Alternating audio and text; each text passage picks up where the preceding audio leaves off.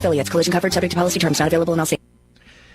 India's prime minister set to retain power, although his BJP party lost its outright parliamentary majority for the first time in a decade. Narendra Modi has been dealt a decisive blow in India's general elections. Instead of the landslide victory he was expecting, his ruling party, the BJP, did not even win enough seats to form a government on its own. Now he will have to rely on political allies to keep his job as prime minister. The Indian National Congress, led by Rahul Gandhi, exceeded expectations, winning almost 100 seats. They have not yet conceded the election, leaving open the possibility of forming a government with members of the newly created opposition alliance. The BBC's Samira Hussein. Polish Prime Minister Donald Tusk says that a special commission tasked with investigating Russian and Belarusian influence in Poland has started its work. News and analysis at townhall.com. California Republican Vince Fong is sworn in as Kevin McCarthy's replacement in Congress. Representative Vince Fong was sworn into the House on Monday, filling the seat of former Speaker Kevin McCarthy for the remainder of the term. Fong won a special election in California's 20th congressional district last month against Tulare County Sheriff Mike Boudreaux, handing the House GOP a 2-vote margin over Democrats as Republicans attempt to keep their razor-thin majority in the chamber. He will fill McCarthy's seat for the rest of his term, which runs through January, though he will vie for a full 2-year term in November's election. Fong will face up against Boudreaux again in the fall after they both advanced from a regularly scheduled primary earlier this year. In the March primary for the full-term race, Fong shored up about 42% of the vote, while Boudreaux scored about 26%. Bernie Bennett in Washington. In battle, New Jersey Senator Bob Menendez planning to stand for re-election as an independent, facing Democrat Congressman Andy Kim and Republican businessman Curtis Mashaw, who won their primaries. More on these stories at townhall.com.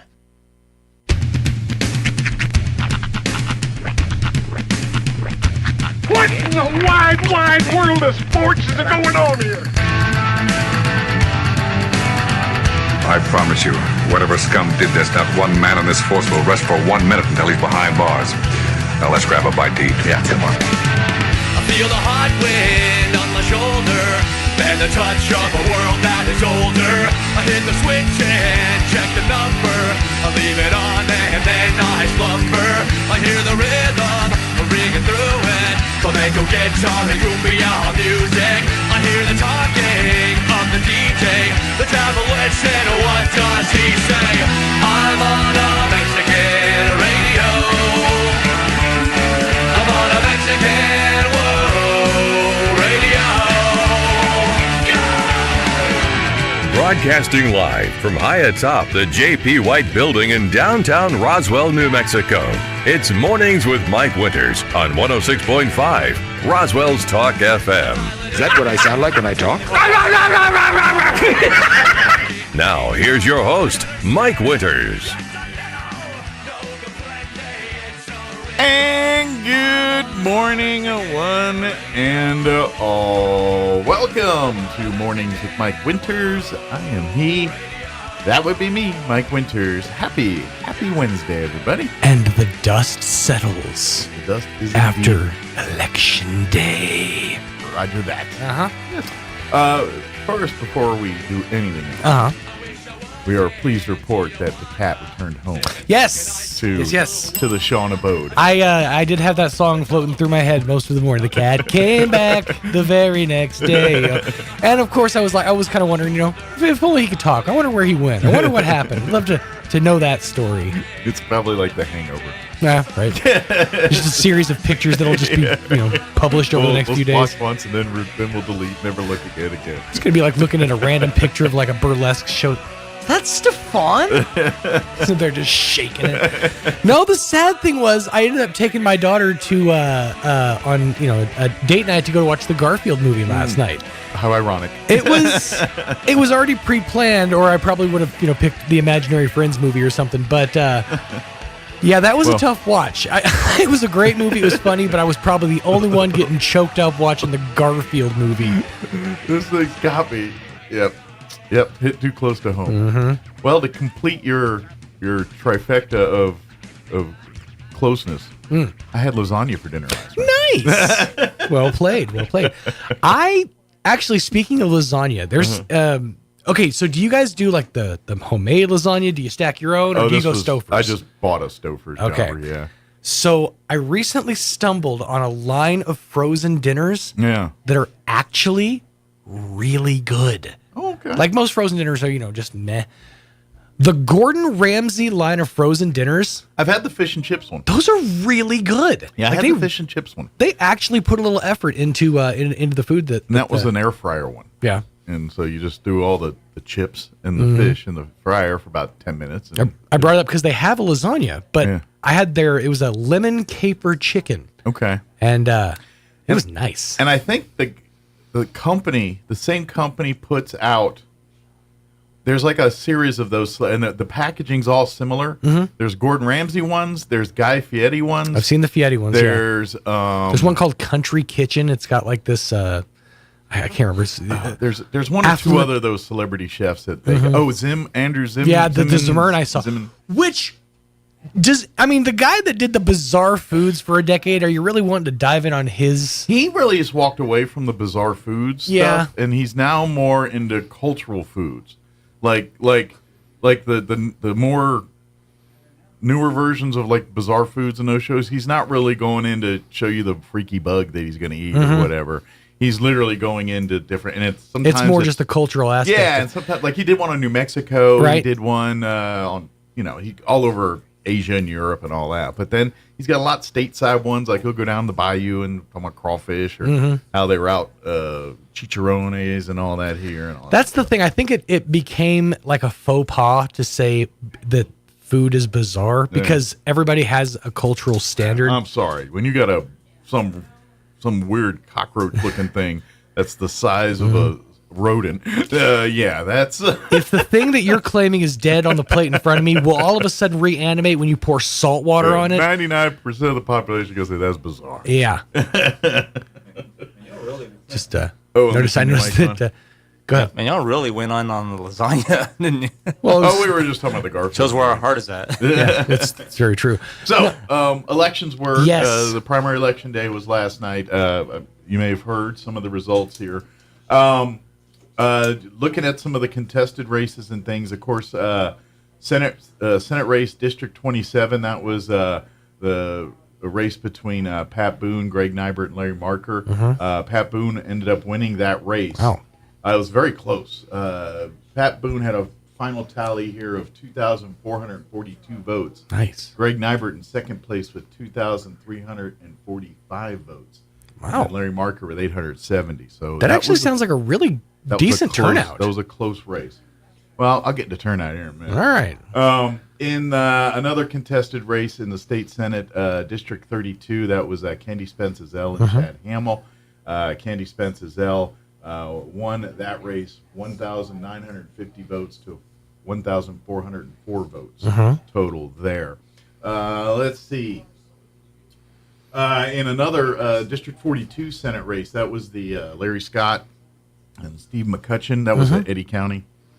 Larry Scott won that race 3,226 votes to Steve McCutcheon's 2,058 votes. Okay, so maybe our turnout wasn't as good as I thought. Well, that's Eddy County. Yeah, that's what I'm saying. With Eddy County, that's higher. Those are higher numbers. Some state rep races. Jared Hembry won his race here in District 59, defeating Tracy De La Rosa. 2,495 votes to 839 votes.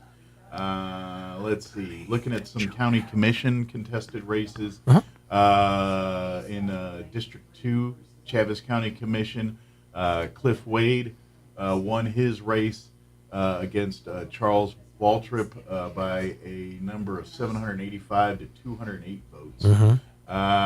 In District 3 Chaves County Commission race, Herbert Korn defeated Farrat, 1,097 votes to 797 votes. Attaboy Hub. Man, my eyes. I will say this. Of all of the political posters and signs that I saw, it made me very happy to pass, vote for Hub Corn. I know. I like that. I like Hub Corn. That's fun. See, the signs lured you. That's right. But like you were saying, just, numbers and everything, turnouts, just by way of comparison, just to give you a food for thought here. So I'm looking at the federal race here. Okay. For president in the state of New Mexico. Well, that's apples to oranges. I mean, No. This is a bigger picture thing. Okay. So, on the Democrat side, 131,786 Democrats voted in the Democrat primary. For the Republican presidential race, a total number of, and this is between all the, because for Democrats, there was someone else to vote for besides Joe Biden. In the Republican, there was Nikki Haley. They were all still on the list here. But Republicans voting for presidential race in the primary, 93,152. So you do some math, Republicans. You need more people. Yeah, just in the presidential race, it's not 2-1, but it's a significant. How did Chris Christie get more votes than Vivek Ramaswamy? Because Vivek Ramaswamy's a waste in New Mexico. of space. This is also in New Mexico. Yeah. This is not the entire United States. I think Chris Christie isn't? Well, I just think he's a waste of more space. I think, right. I think more people knew him. Something like Yeah. that. I'm gonna get it. You're just looking at New Mexico numbers on that too.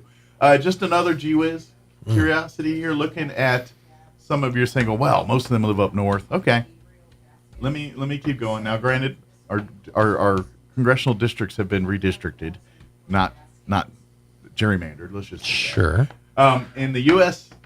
CD1 House seat. Okay. Melanie Stansberry is running unopposed. She had a grand total of 46,880 votes.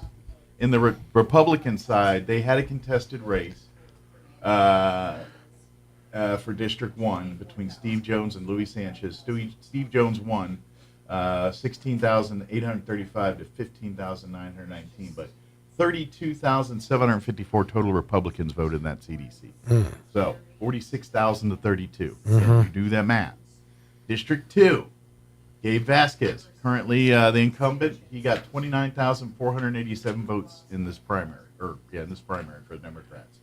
On the Republican side, Yvette Harrell, she was running unopposed, 23,096 total votes. That's about 5,000 more votes. It ain't great. Y'all's reading these tea leaves here? Y'all better get out there this general election. District 3 for CD3 race. Teresa Ledger Fernandez, the incumbent, she got 45,350 total votes on the Democrat primary. For the Republicans, for Sharon, I always botch her name. You know who I'm talking about. Chechikevich. Yeah, nice lady, but I can't say her name. My go-to is nice lady. She has, she got a total unopposed running 24,895 votes. I think it's Schloss-Chichelich. Is it? I think it's that. Yeah, but that's almost 2-1 Democrat to Republican in District 3 there.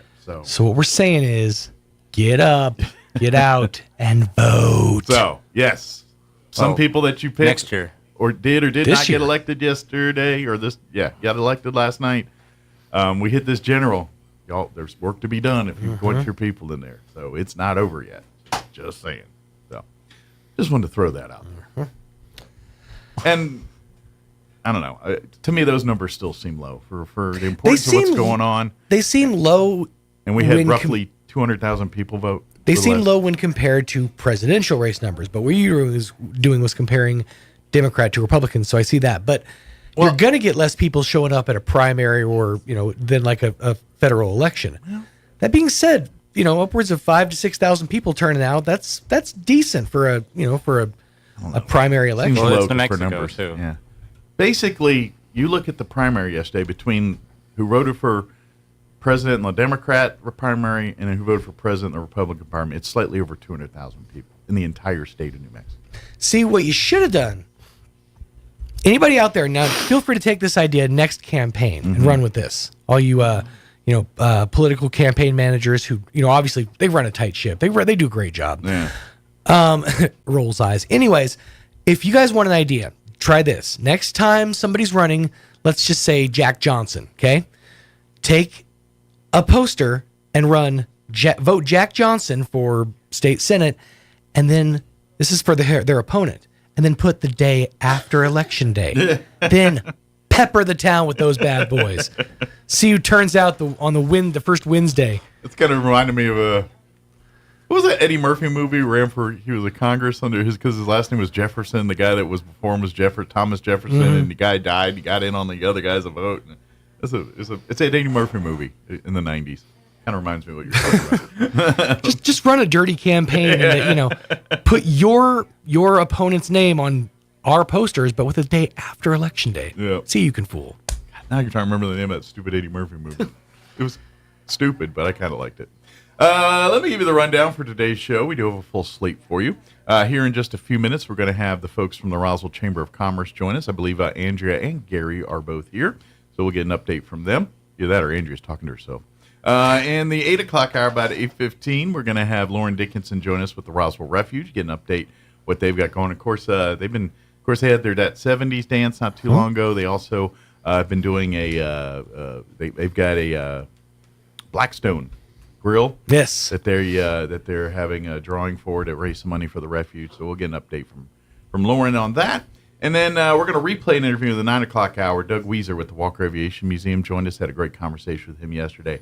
So we'll play that for you here about 9:15 this morning. Indeed. The movie you are referring to is from 1992. It is The Distinguished Gentleman. That's the big stinker. The Distinguished Gentleman. Cashing in with a whole 13% on Rotten Tomatoes. Yeah, that was not exactly the high water mark of Eddie Murphy movies at that time. I think Pluto Nash was somewhere right around that time, too. If I remember No. Pluto Nash was like a decade later.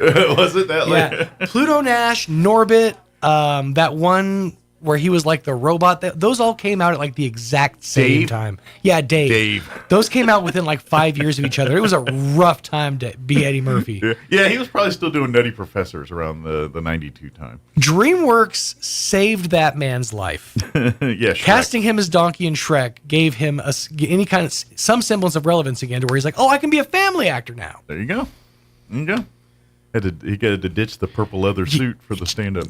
You just got to find that one vehicle that'll get you there. Yep. Well, look, Antonio Banderas. He started with Puss in Boots, and then he's the bee, and then he's got a whole thing. I want to see somebody take footage of Donkey from Shrek and dub it over with F's Revisited from Delirious. He's doing his whole Mr. T. Slow down, boy. All right, 7:20. Here's your weather. I'm meteorologist Steve Hamilton with your Pecos Valley weather. Pretty hot today. We have a big high pressure system settling in over the area, going up to about 100, and we get sunshine. Clear tonight and down to a low of 70. We'll be around 105 for tomorrow afternoon. Mix of sunshine and clouds. And then for Friday, we could get a few light rain showers. Otherwise, it'll be sunny. Afternoon highs 100 to 105.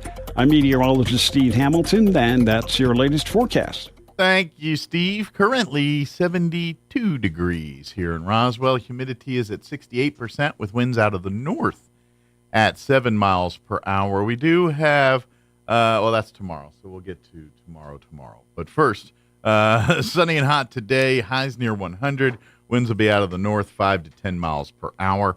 Mostly clear tonight with an overnight low of 71 degrees. South winds 5 to 10 miles per hour. For tomorrow, for your Thursday, we do have a heat advisory that's going to kick in beginning.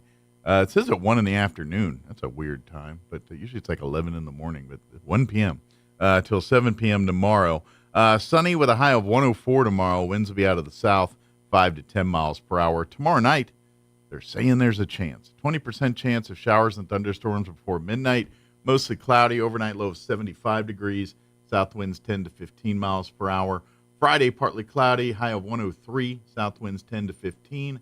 Saturday, sunny and 103. Saturday night, 20% chance of showers and thunderstorms, mostly cloudy, 74. Sunday, we're looking at a 40% chance of rain. Pretty good shot there. For the afternoon, partly cloudy and 96.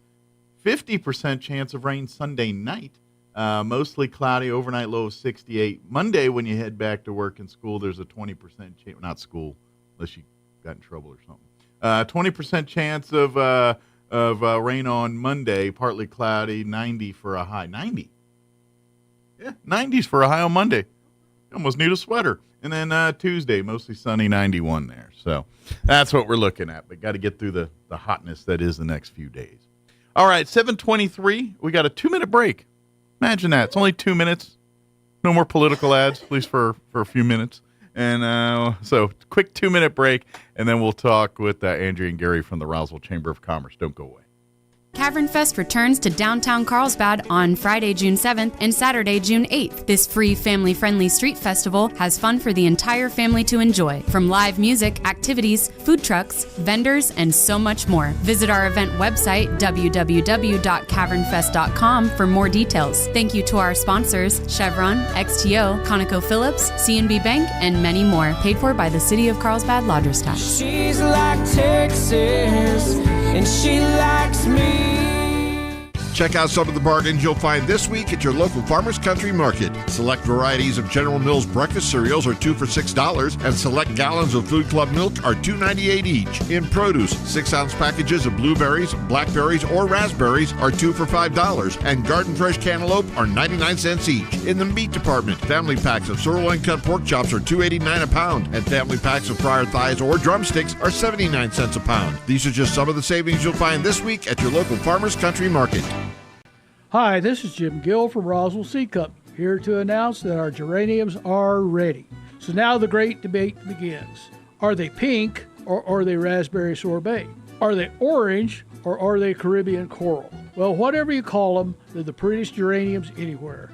We raise them in our own greenhouse, then send them home with you to brighten up the world. So come get yours now while the selection is best. Don't worry about the silly names. I heard that. Yes, dear. Coming, dear.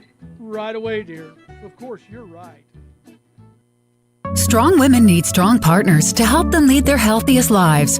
At Artesia General Hospital, Dr. Scott Beard and nurse practitioner Lori Crockett deliver compassionate, holistic care to women at every age and stage. From routine checkups to diagnostic testing and specialty services like urogynecology, you can expect the most innovative, personalized care close to home. Learn more about women's services at Artesia General Hospital online at artesiageneral.com/women or by calling 575-736-8394. Many women's services are also offered in Carlsbad. Here's a Mornings with Mike Winters fun fact. U-Haul is the world's largest advertiser in the Yellow Pages.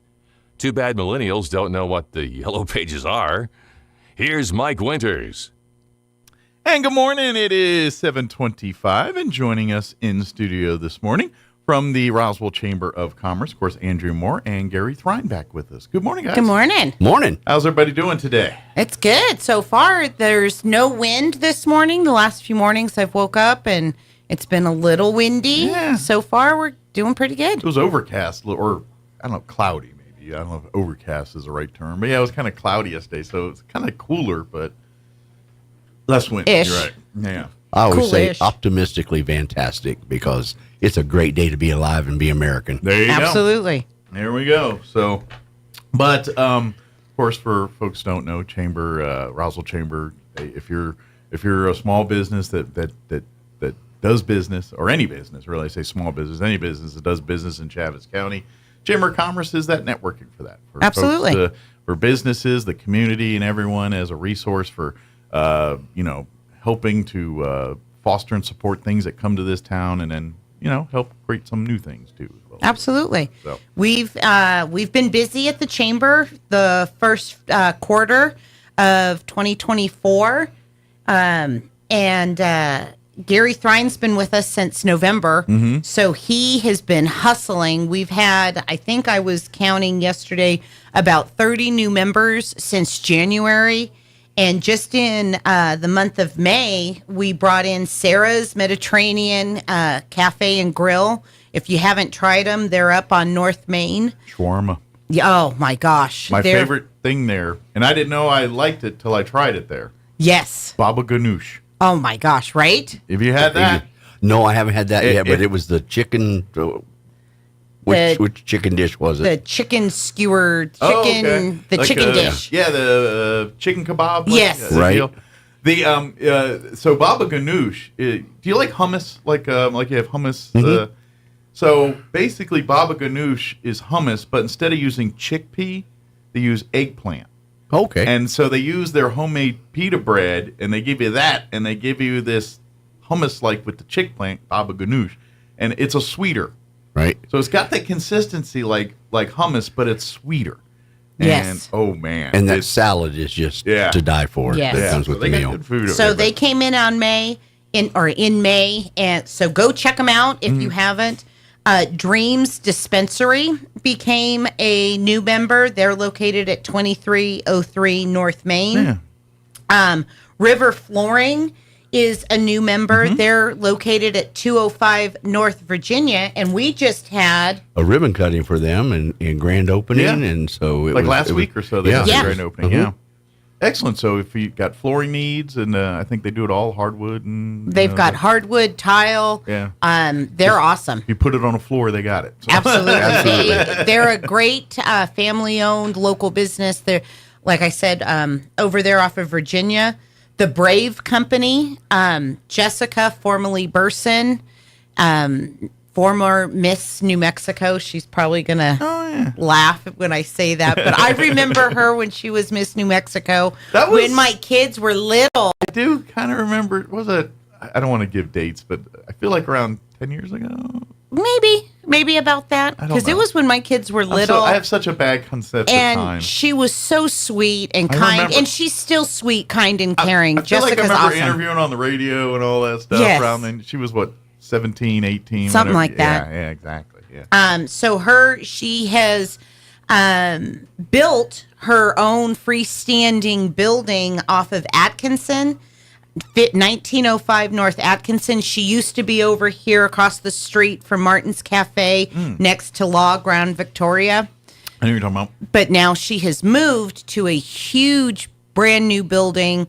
So if anybody's looking for Brave Company, that's where they're at now. What's her products? What does she do? She sells clothing. She's a retail clother, female clothing, purses, jewelry, accessories. Hence the reason it's probably not on my radar. Correct. But the ladies in town know exactly who she is, and she does have a store in Artesia as well. Oh, okay, awesome. Good for her. She started kind of as a trunk show type thing, and then she has gone to a retail establishment. She's fantastic. I think the trendy is pop-up now. Yes. She's a pop-up. You do a pop-up That's kind store. of what she started off, and it's just exploded. So go check out her stuff. And if you are not a female, but you know females, it would be cool to go check it out because there's Hopefully probably she just something. Certificates because I just know when I pick things that I think I like, my wife's like, right. Here you go. You pick She's like, thanks, honey. Yeah, that goes in the closet forever. The smile, and you'll never see it again. There's a few gifts laying around the house like that. But, and I believe that we will be doing a ribbon cutting. I know Gary's been working on getting her at some point. Right. We've got a lot of folks that were just waiting for, I think, school to get over with and kind of get the settle into summer and see where the vacation schedule is going to be to set up the ribbon cuttings. And we'll talk more about those in a minute, but go ahead. And then Press Labs, another dispensary, 711 North Union, across the street from CVS. I want to say Prim Drug. It's actually the old CVS location. Before they moved across the street. Yes. Oh, I got you. Okay. Correct. Yeah, I know exactly. Yeah, the old Prim Drug. And we did do a ribbon cutting for them within the last 2 weeks. Last Saturday, I believe. So, and then our newest member in May was Lone Depot, Elliot Rodriguez. He's located at 204 West 2nd. And of course, if you want to see all of our new members on our front landing page of our website, roswellnm.org. When you scroll down towards the bottom, I always have a rolling 3-month welcome new members, so you can go see who all of our new members are for the last 3 months. Yeah. It has a link to their website if they have one, a phone number, an address, any way to get in touch with them. We got a lot of new businesses and bad businesses reestablishing or continuing or kind of shifting how they reach their customers and Correct. things. So we've got a lot of new stuff going on here in our community as far as the business side goes. Correct. So, a lot of new businesses to check out, new things you probably didn't even realize you needed or wanted. So Absolutely, all the time. And then Gary's got his Redcoat stuff. And we've also had the Kiwanis come on board as members. All right. And then we had the big ribbon cutting for the all-inclusive Centennial Park out there behind the Aquatic Center. Yeah. That was very impressive. And every time they talk, they are putting more trees and shade out there. Trust me, that's in the works. It's stages, and you're seeing the first stage, and technically there's more to be done out there. They had to get the park first, and then they know where to put the trees. Putting the horse before the cart, or cart before the Right. horse, or something. Yeah. And we had an awesome business after hours at Roswell Aesthetics on 404 North Kentucky here a few weeks ago, and did the ribbon cutting. So that was a big event and great turnout. Upcoming, we have another business after hours on the 6th, which is tomorrow evening at Game Day. We have a business after hours here at 911 South Sunset. Yeah. Come out and join us. It's a cool place. I got a chance to, Sean and I got to tour it and everything else. And we're excited to go do the ribbon cutting. The Redcoats will set up the greeting line about 5, and we'll do a ribbon cutting and about he's doing 5:30. it kind of like a club little deal, if I remember right? Like you can sign up as a club kind of, and then you get to hang out and old school arcade games like like Donkey Kong to Mortal Kombat. They got those, billiards, darts. Plus they got great food and a few draft beers and things or home tap. They got beverages and everything else. I don't know the exact full menu there, but they got a lot of cool stuff. And we got to tour it right before he was really officially opening there. And that's it. It's just a cool place to hang out, and you could bring your kids in there and just play games and stuff, but then you're like, no, I want to do girls' night or dudes' night out to gaming, and it's all the above. Heck yeah! I'm so excited. It's a cool little thing. It is filling a hole that we don't have already in town. Yeah. So we're excited for that, and that Gary and said it's right tomorrow next night. to his other business, Uncle Sud. So if you got laundry to do, you could go do laundry and then go in there and play pool and play some games and play games and then go get your While laundry. the washer and dryer is spinning, That's right. Go play some games. That's right.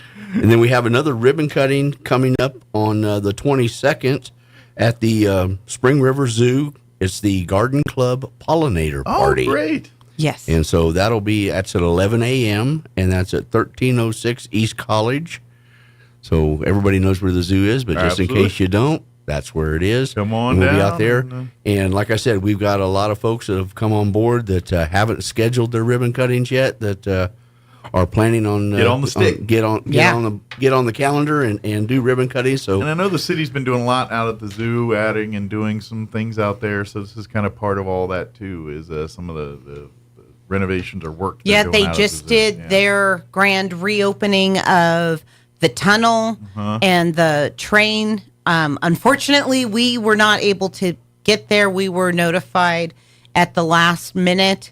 And when it's a weekend event, it's a little more difficult to get to wrangle some redcoats. But Kathy Lay and I had a really nice long talk, and she goes, I totally understand. She goes, I'm calling you at the last minute, but it doesn't hurt to ask. And I said, no, always call and ask because you never know.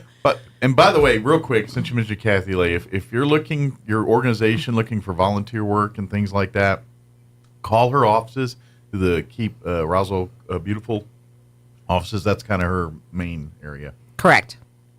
But looking for volunteer for your civic group or youth group or church group or anything, give Kathy a call at the city. She'll help you out there.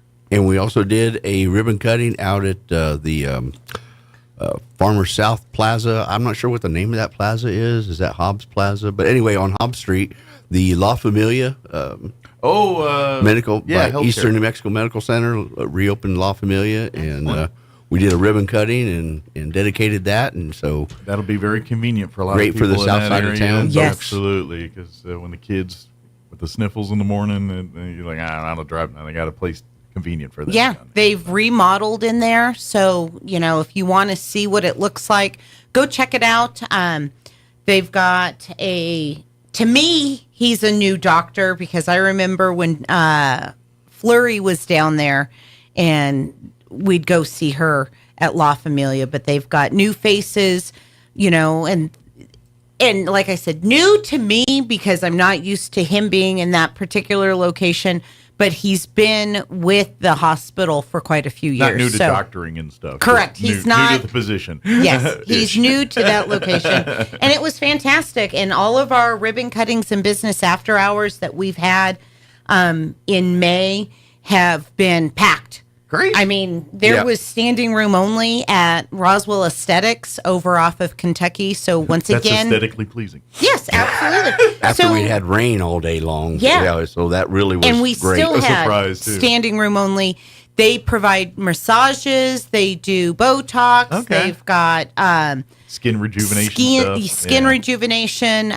Go check them out if you want to do any, if you need an anesthetician, any kind of pampering medical spa. pampering, because they kind of lean a little bit more. I mean, yes, it's relaxing and stuff, but there's aesthetics and wellness. Yeah, it gets into the medical side as much as Correct. it is the relaxation Absolutely. side. And they're fantastic. They've done a little bit of remodeling. They're under new ownership because they were formerly Medi Spa. Okay. And the two gals that have now purchased Medi Spa, that it is now Roswell Aesthetics, had actually worked for Medi Spa. Okay. So it's a lot of the same. The history there. Same staff. Yeah. And new staff. Like it's really neat. And go check it out. Sure. And I imagine it's a little amalgamation of some of the stuff you liked before. But Absolutely. with a new layer of other products and services.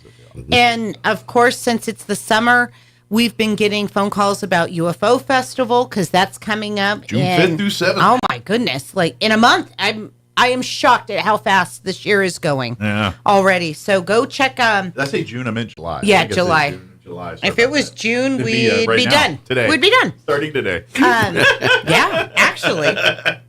So the UFO Festival, we're getting a lot of those phone calls. And of course, we are not in charge of UFO Festival. That is a Main Street Roswell. They're kind of the glue leader. because it's this year. It's kind of a 3-headed or 4-headed dragon. When Main Street's kind of the glue in between. Yes. But the UFO Museum is doing their thing. Galacticon's doing their thing. The paper's doing their thing. Main Street's doing their thing. And Main Street's kind of the glue. So when you go to the UFOfestival.com website, UFOfestivalroswell.com. Roswell, thank you. You'll I always see botch everything. that. That's got everything for everything. Absolutely. From Galacticon to what the UFO Museum's doing to what the paper's doing. So if you want to be part of the parade, if you want to go see a speaker, there's going to be one place. So we go and help in any way that we can as the chamber. We're kind of that volunteer force of two. Point people in the right direction. Slide into the gap in the line. Absolutely. And then our calendar, this was one of the phone calls I got yesterday, is I had a really nice long chat with a teacher here in town. She goes, I don't have social media, so I don't have Facebook or any of that stuff. How do I find out what is going on in town? Well, guess what? The Roswell Chamber of Commerce has this thing called the events calendar. Mm-hmm. It is for anybody, whether you are a member or just a member of the community. Go in and submit your events. Yeah. And very, very rarely am I going to say, no, we're not going to approve an event. And the only thing I can think of is if it's pornographic or maybe if it's little Johnny's 5th birthday and you don't want all of Roswell to show up. Those would be the only reasons why we would not allow something to be on our calendar. I don't know. Serial Killers Club came and said, we're having a meeting. Nah, we're maybe that's not. Maybe that's not our thing. Well, we might call the police. You might want to stake this guy and group of people out. They might be up to no good. So, but come and put it in. And I don't care if it's a free event, if it's a paid event, a ticketed event. Put it on our calendar. That I really am trying to make it a true community calendar. So if you've got something going on, put it on there. And then that way, not only can we see it at the chamber, but then we can go promote it when we get phone calls and stuff. Hey, what's going on? 4th of July weekend. Oh, here you go. And when people plan, and this still happens, not as much as it used to, because our town's growing a little bit, but it does still happen to an extent where people, they plan an event, they will look and say, let's look at a calendar, and they'll look at something like the chamber calendar and say, what else is going on that weekend? Oh, there's 6 events. Maybe we should pick a different weekend. Exactly. Or no, it's pretty quiet that weekend. This looks like a good weekend for us to do our Absolutely. And that's the whole purpose of our community calendar. And once again, it's right on our main page. You go to our homepage and you'll look under events, and right there it says events calendar, and it makes it, and it's very simple to go in and submit an event, because whenever we set something up on the website, I go back and check and see how user friendly it is. Or as I say, stupid friendly, because I know I can be pretty stupid. Telling other people how to use it. I should at least check to make sure. And I'm one of those, if it's easy to use, I'll use it. If it's going to be 12 different steps and it's going to be very difficult, I'm not doing it. So you're out. yeah, well, I don't have time for that. None of us have time for that anymore. So I agree. Go put that stuff on. We've got lots of stuff going on in June. Our July calendar is starting to fill up, because I know both Gary and I are fielding calls every day for business after hours, ribbon cutting. Great. So if there's things that you want to do, if you are a community member, if you are a member of the Chamber of Commerce, give us a call, because our ribbon cuttings and business after hours is a member-specific benefit. A perk, yes, if you will. Yeah. So, and I highly recommend you take advantage of that perk, and that's a way to get your business out in front of the community. Sure, get networked. If you've never been to one, it's a schmoozing. It's a social affair. We do it after hours. That's why it's called. About 5 o'clock, everything starts, and your business is the host, and each one kind of follows a similar agenda. They're different, depending on the type of business. If it's a food or type service business, it's a little centric there. If it's more of a medical or something, then there's tours and things. But usually there's food and everything. But really, it's a chance for you to show off your business, show the community what you do, and A, it's a networking, or B, it's also a networking, because you really get a chance to see other community business owners, leaders that come in and hang out and socialize, and at the same time network and talk and make connections here. Usually door prizes involved. Usually the host business will pony up a few door prizes to give to the public there. Yep. We always do the dollar and a business card, fun little thing where if you bring a dollar and a business card, you can throw it in the fish bowl basically, and at the end of the night we'll pull out a business card, and that winner will get the pot o' cash. Sometimes it's $30, sometimes it's $100. Just depends on how many people showed up, and then all the business cards for, again, networking opportunities and things like that too. So, and that's really how these kind of go each time. But it is that opportunity for the red coats are there. I mean, we bring all the bells and whistles, and but it really is a chance. It's kind of like a little party here at your business to just get people to meet it. So maybe if you're a grand opening business, or maybe you have a milestone in your business, celebrating a milestone anniversary or something, or maybe you moved to a new location, or you got new facilities, or you did a major renovation. Absolutely. Or no reason at all. You just want to say, hey, we haven't been out in the public eye for a while. We need to do that. And well, Terry at Hippie Chicks is really good at doing those off-year anniversaries. She's like, you know what? I haven't had a lot of people over here for a while. Hey, Roswell Chamber of Commerce, can you set something up? We're going to do a 15-and-a-half-year. Yeah, absolutely. When do you want us? We're on our way. Yeah. I mean, if you do a remodel, or you're a brand new if you're a brand new business, I definitely want you to give me a call, and we can go over what the benefits are to be a member. And if you're already a chamber member, if you're already a member and you're coming up on a anniversary, whether it be a 3.5-year anniversary or a 10-year anniversary, let's get the red coats together and have a little party. Let's celebrate you and use this as a way to grow your business. If you just repainted the place and remodeled, let's have a grand reopening. Fresh paint business after hours. Why not? Ribbon cutting or after hours. And we take lots of pictures. We put them up on our website. We get them sent to the paper. Sometimes it takes a little bit for the paper to get them, but they're busy over there too, and they only have so much space too. So if I'm submitting 5 ribbon cuttings, because we've done 5 ribbon cuttings in a week, be patient. It will show up. Yeah, because they're not going to put all 5 in one paper. We do have a Redcoat member that does actually help run Inside game. Yeah. So, we call them, we're like, hey, can you, yeah, absolutely. Yeah. And I've noticed that they, are really trying to work with the community too, because they've kind of rebranded themselves, and you get reorganized. You get featured on the website. You get featured on the weekly email that goes out. And if you're talk about you on the radio too. Absolutely. Right. And by the way, since we're mentioning Redcoats here, Gary, you want to, I know you're always looking for a new absolutely new volunteers to come be a part. That's one of the things I talk to new members about as they're coming on board. I explain to them that, hey, if you have anybody that you on your team or in your organization that might want to be a Redcoat, it's a great way for them to be able to represent your company or your organization while we're out doing these ribbon cuttings. And so anybody that you have, we are all, in fact, we have been building the team, and we've had to break it up into 2 teams now, and I would love to break it down into a 3rd team as well. Alpha, Bravo, Charlie. Yeah, that's right. Absolutely. That's right. I'd like to have an Alpha Bravo team, a Charlie Delta team, and let's rock and roll. Well, I say this every time. The Redcoats are by far the classiest part of the Roswell Chamber of Commerce. I think and it's a good-looking group of people. Yeah. In fact, I'm going to throw this out there for poor Gary. We need some more men. So any gentlemen out there, if you'd like to be a Redcoat, please contact us. We would love to have you. We are definitely heavy on the women's side of the Redcoats. Which we love, all of our volunteers. I'm not going to turn anybody away that wants to be a Redcoat. But guys, if you're out there and your company is a member of the chamber, or you want to talk them into becoming members of the chamber so you can be a Redcoat, definitely could use a little more testosterone on the team. Well, and even our gals on the Redcoats, we were looking around at the last few events and at our last luncheon, and we were just laughing.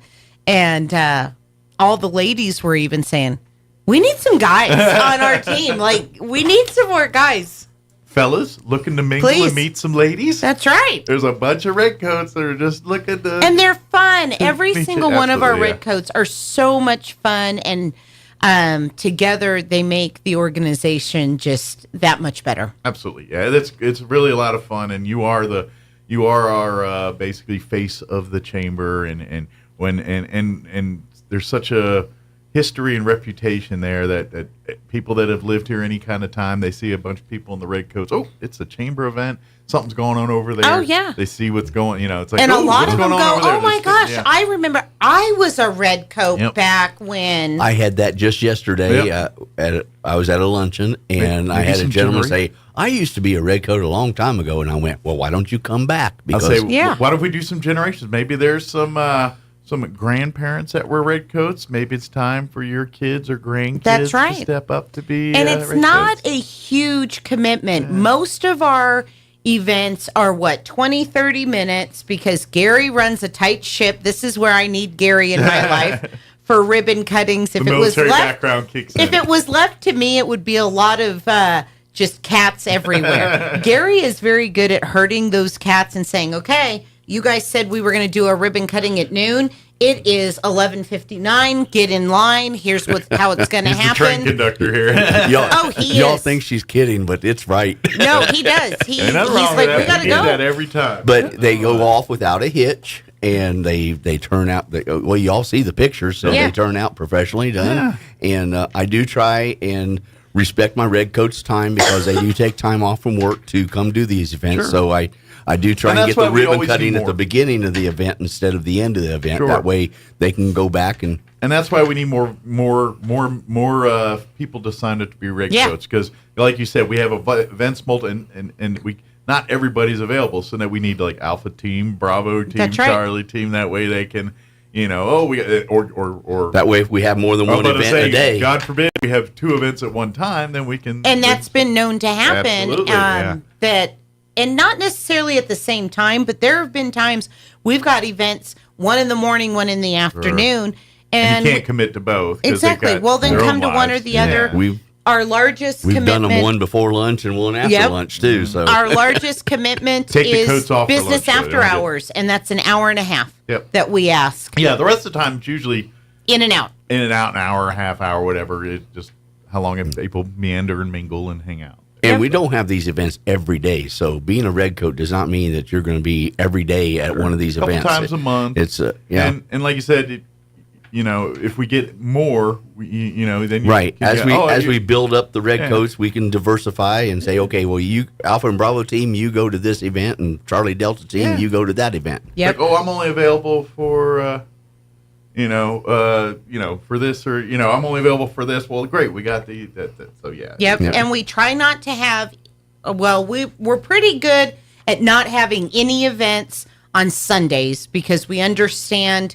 Where we live. That's family and God's day. And we try to limit Saturdays, but we get it. We understand that that's when people want to do their ribbon cuttings and stuff. And as long as we have at least a 2-week heads up for any Saturdays, then we can usually get a really nice turnout because, once again, our redcoats have families. They're not just little robots that we keep in the closet. They are actually out and about doing stuff. So, if you want to schedule an event, call Gary, 575-623-5695. 626-4008. That's his cell phone. 626-4008 is his cell phone. But you can always call the office or roswellnm.org. You can always go check our website and get a hold of us because we'd love to see you. Or come on down. 131 West 2nd. It's really hard to miss us. We're on the corner of Richardson and 2nd, across the street from the police station, right behind Subway and Verizon. Absolutely, yeah. Come in. If you see my truck backed in there, just ring the bell because our offices are at the back of the building. We'll come up and open the door. Give them a second to meander up to the front building there and get you taken care of. But absolutely, please utilize the chamber if you're a small business. If you're looking, or if you're a nonprofit looking for help and resources, please reach out. And if you're a business looking to, especially small businesses, if you need help with marketing, that's why you need to be a member of the chamber. Bigger businesses where they have HR departments and things using us to make that community connection. Generally, businesses of that nature are larger corporations or major, maybe even national companies and things. They lock in with chambers to establish roots into those communities. That's actually, we can talk about it at the next get together because I know we're running out of time. But I do have a remote membership program as well. Excellent. So come by the chamber today if you want to hear more about that. Please. And Gary would be happy to talk to you about it. Heck yeah. Absolutely. If you need help promoting your company, then being a member is the way to do it because we have tools in our basket to help you get promoted and get out in front of everybody. And I find new tools every day. I'm like, oh my gosh, did you know we had this? And Gary's like, I didn't even know that was a thing. And I'm like, well, now we got to figure out what that thing is and how it works. She opened the cabinet the other day and found one of those Allen head wrenches. There are all kinds of tools in there. Oh yeah, absolutely. No, that's quite literally that's what happens. Is that a monkey wrench? Look at that. Oh, very good. I didn't know that was a thing. Please reach out. Please get out there. We got a lot of stuff going on. Good time to get in. That's right. I've never met a stranger, just a few strange people. There you go. Every time I look in the mirror, I meet one. Right. Every day. Well, thank you guys. We appreciate it. Thank you. We'll see you next time. Thank you. Have a blessed day, Mike. You do the same. It is 7:56. Kim Commando update. Quick break before news. Don't go away. I bet you're like me and you use Google a lot. Is it possible, though, to de-Google your life? I'm Kim Commando for Keeper Security, the password manager you can access from any device for just $1.46 a month at keepersecurity.com/Kim. For most of us, Google is a part of our day-to-day. We use Gmail for email, Drive to store files, and Search to find stuff on the web. And it all seems free, but you're paying with your privacy. Google makes money by collecting data about you when you use its products. Then Google sells that data to advertisers, marketing companies, and who knows who else. While it might feel like Google is inescapable, you do have options. For search, try DuckDuckGo, which keeps your searches private, or Perplexity, which uses AI to give you answers. Instead of Gmail, there's StartMail, which is secure and encrypted, or Microsoft's Outlook. And for cloud storage, you've got OneDrive and Dropbox. If you don't want to be tracked by Google, you don't have to. Enter to win a new iPhone right now at winfromkim.com. Passwords drive me crazy.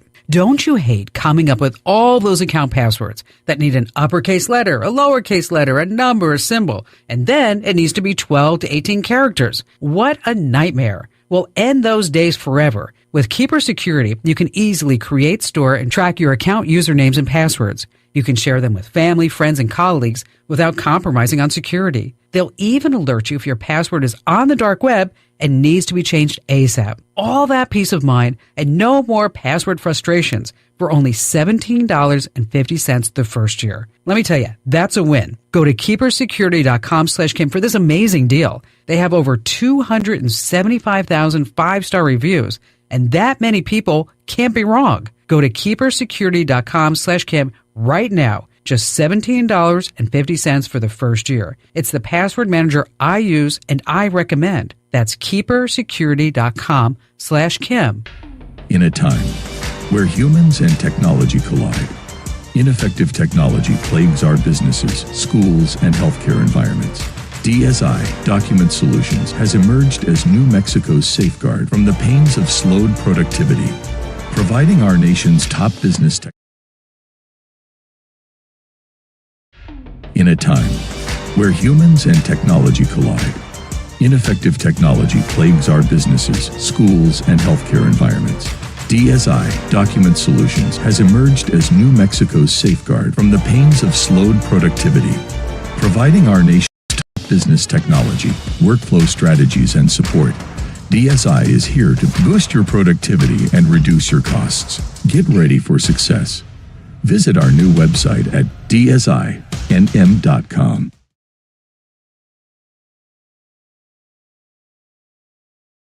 No payments until Labor Day. Plus, we have a great selection of low-mileage, one-owner pre-owned vehicles, all in prime condition, starting at just $10,000. Don't settle for a low-quality, overpriced clunker. Buy a quality pre-owned vehicle from Roswell Ford for a lot less. Worried about your credit? Don't sweat it. We've partnered with the most aggressive lenders that will push to approve you today, even with bad or no credit. Lower prices, exceptional trade-in values, and a better buying experience. Get on board at Roswell Ford, 821 North Main Street in beautiful Roswell, or online at roswellford.com. $1,515 per thousand finance on select new Ford models with approved credit. On air and online. This is Roswell's home for talk radio. KEND Roswell. Ratcheting up the pressure on Israel, Slovenia now recognizing a Palestinian state. Slovenia's Prime Minister Robert Golob told MPs that our recognition has significantly more weight in the international world than you can imagine. He cited what he called the humanitarian disaster in Gaza as motivation for recognizing Palestine. But opposition parties boycotted the vote after a failed attempt to force a referendum on the issue. Former Prime Minister Janez Janša claimed that recognition would support the terrorist organisation Hamas. That's a BBC's Guy Delany. Previously, Spain, Ireland and Norway voted to recognize a Palestinian state. After presiding over an influx of more than 10 million illegal aliens in the past few years, President Biden now says he's taking action. Today I'm announcing actions to bar migrants who cross our southern border unlawfully from receiving asylum. Republican Senator John Kennedy says it's election year window dressing. He notes there will still be unrestricted access at official ports of entry, adding that the president's action comes after years of denial, with Mr. Biden claiming there is no crisis at the southern border for reasons clearly stated on the teleprompter. And the president is now in France for ceremonies marking the 80th anniversary of D-Day. The water supply situation in Atlanta finally getting straightened out after crews worked around the clock in recent days to fix a series of water main breaks in the city. No relief across a wide swath of the Southwest enduring a spreading triple-digit heat wave. Wall Street, the Dow down 93 points. More on these stories at townhall.com. We all hear the radio ads about the IRS. They tell you to be afraid, to be scared, and they try to frighten you into calling. I'm not here to do that. Tax Relief Advocates is different. TRA is here to tell you that if you owe money to the IRS, whether it's $5,000, $50,000, or $500,000, we have a solution. It doesn't matter if you're sitting in your car, at work, or with your kids. No matter where you are, call now. 800-583-0141. Don't lose hope. TRA can eliminate or reduce what you owe to the IRS. Generous programs are now available that can give you a fresh start. Our passion is taxes and helping individuals fix their IRS problems. We have over 1,000 5-star reviews on Google and an A+ with the Better Business Bureau. You don't need to be afraid of the IRS any longer. End your tax nightmare today by visiting us online at TRA.com or call 800-583-0141. That's 800-583-0141. Tax Relief Advocates. Real solutions for real people.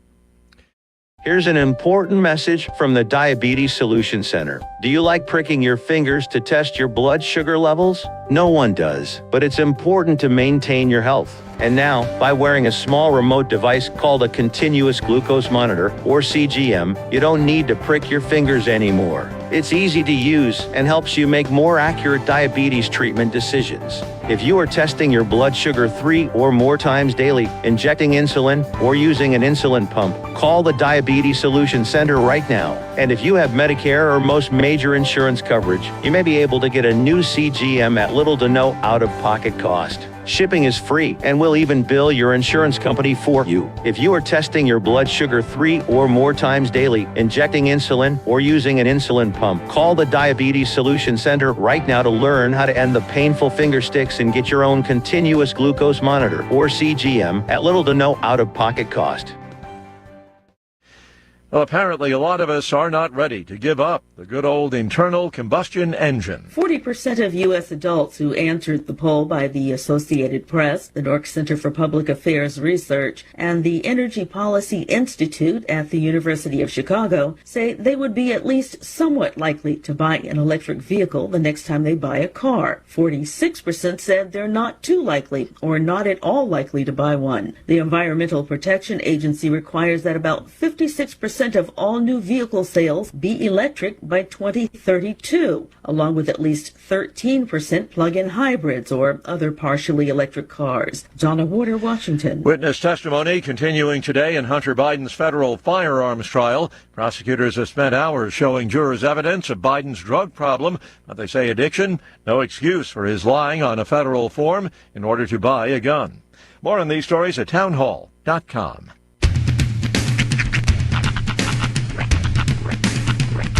What in the wide, wide world of sports is going on here? I promise you, whatever scum did this, not one man in this force will rest for 1 minute until he's behind bars. Now let's grab a bite to eat. Yeah, come on. I feel the hot wind on my shoulder and the touch of a world that is older. I hit the switch and check the number. I leave it on and then I slumber. I hear the rhythm ringing through it. Flamenco guitar and cumbia music. I hear the talking of the DJ. The travel listen, what does he say? I'm on a Mexican radio. I'm on a Mexican radio. Broadcasting live from high atop the J.P. White Building in downtown Roswell, New Mexico. It's Mornings with Mike Winters on 106.5 Roswell's Talk FM. Is that what I sound like when I talk? Now, here's your host, Mike Winters. And good morning. It is 6 minutes after 8 o'clock. Welcome to hour number 2. The deuce. Boss. Good morning with Mike Winters right here on 106.5 Roswell's Talk FM. Happy, not Friday. Nope. Not Thursday. No. But it's not Monday either. It is a glorious day. Happy middle of the week. That's right. We're halfway there. We're a living on a pair status kind of day. That's right. The cat came back and it's wrestling night. Very next day. It's came back. We thought it was the gun. Oh, I gotta tell you though, you figure out in situations like this just how much of a pessimist you actually are. Oh, I am. Oh, because all number of nightmare scenarios were running through my head. Like I was like, oh, he's not chipped, so I couldn't track him down that way. But I'm like, because he's an indoor cat. He's not exactly a fighter. He's he's a cuddler. He's a lover, not a fighter. There's only so much cuddling you can do to get out of a situation. Right. And them screets is mean. So I just assume he went on, just wandered around with some neighborhood cats. Ruffians. Mm-hmm. Some young ruffians. It was in my head. I kept him. Change or his thing. No, he was have the 1,000-yard stare. He had a little bit of an attitude last night. He wasn't being super lovey. In fact, the only thing he wanted to do was rub up on the bottom of the cuff of my jeans because it smelled like outside, I guess, or other cats or something. Put some stank on it. Yeah, he's just trying to put that scent back in. But no, and I made this joke yesterday too. It's he didn't come to bed night before last, but he did come to bed last night. So I think I think all is well. Yeah, I admit I'm a softie in that scenario. My wife, I do the same thing. My wife tells me, she's like, "Who would ever thought you're a cat person?" She'll see me rolling around the floor with a cat. Mm-hmm. But yeah, I was like, I like animals. What do you want me to do? Yeah. Better than people. I just happen to like, animals that have razor blades for fingers. That's all that is. It's I got the scars to prove it too. Oh, you should see my legs. I actually heard a great joke. My legs are all beat up. Yesterday I thought this was kind of ironic too. I had a breakdown. This was with my kid's mom because I found out that yesterday was also National Hug a Cat Day. Oh. The joke that I heard was sponsored by Neosporin. But I was picking Rhiannon up to go watch the movie, and I said, because we were talking about the movie, and I said, I'm just bummed. She goes, it bombed? Like she thought I was talking about the movie. I said, no, I'm bummed. I'm going to watch a movie about a cat finding his way back home, and it's National Hug a Cat Day, and I don't know where mine is. And I just broke down. I'm a mess, but I admit it. Oh, yeah, I was going to... Oh, turn it back on. I was going to say last hour, you're the reason why Furiosa's not doing well at the box office. Because everyone wants to see Garfield. Everyone's seeing Garfield is beating Furiosa right now. It's number one. Well, kids need to be satiated, man. And to be honest, kids need to be, and to be honest, the Furiosa movie, quite frankly, looks like every other Mad Max movie. You could wait till it comes on TV here in a couple months. Because it's I see the previews for it, I'm like, oh, there's Thor dressed up like Mad Max. Yes. Flying around on ladders and sticks and whatnot. And while the cars, while they run. It's the same movie. With a weird nose prosthetic. Yeah. Exactly. I hope Fat Thor shows up. I was looking at a lot more Thor in this one. But, I'm intrigued to see it, but I feel like that's one I can wait until it comes out on Max. It looks like it's like every other Mad Max movie. It's just gonna be... Because I feel like if you're going to watch it, you're going to want to watch them kind of in succession, or at least the newer ones. So you want to watch Fury Road before you watch Furiosa. And I don't recall, and having seen it, not really. But even they're very different movies. It's a big movie, but it's not like Marvel big. It's never been Marvel big. You know what I mean? And they're trying to make it like a summer blockbuster, and I'm like, it's kind of like Matrix big. Yeah, it's a tear down. It's a tear down. It's a tear down in that kind of thing. It's like some Peter Jackson movie big. You know? It's like Wish.com Iron Man. Temu Iron Man. Temu Iron Man. I wouldn't go that far. Just Tin Man. Well, a lot of people were saying it was a girl boss movie too, which it's not. Well, it's the main character is Furiosa, right? Yeah. I mean, yeah, but she's not acting like Captain Marvel and being snarky towards everyone and stuff and making other men look weak and stuff like that. Well, and that's what I kind of feel like that whole universe is kind of hard to go woke in. Really, I mean, really a little bit because it's all barbarism, barbaric type things. Yeah, yeah, It's kind of hard to give you a message in a movie about barbaric people. That's true.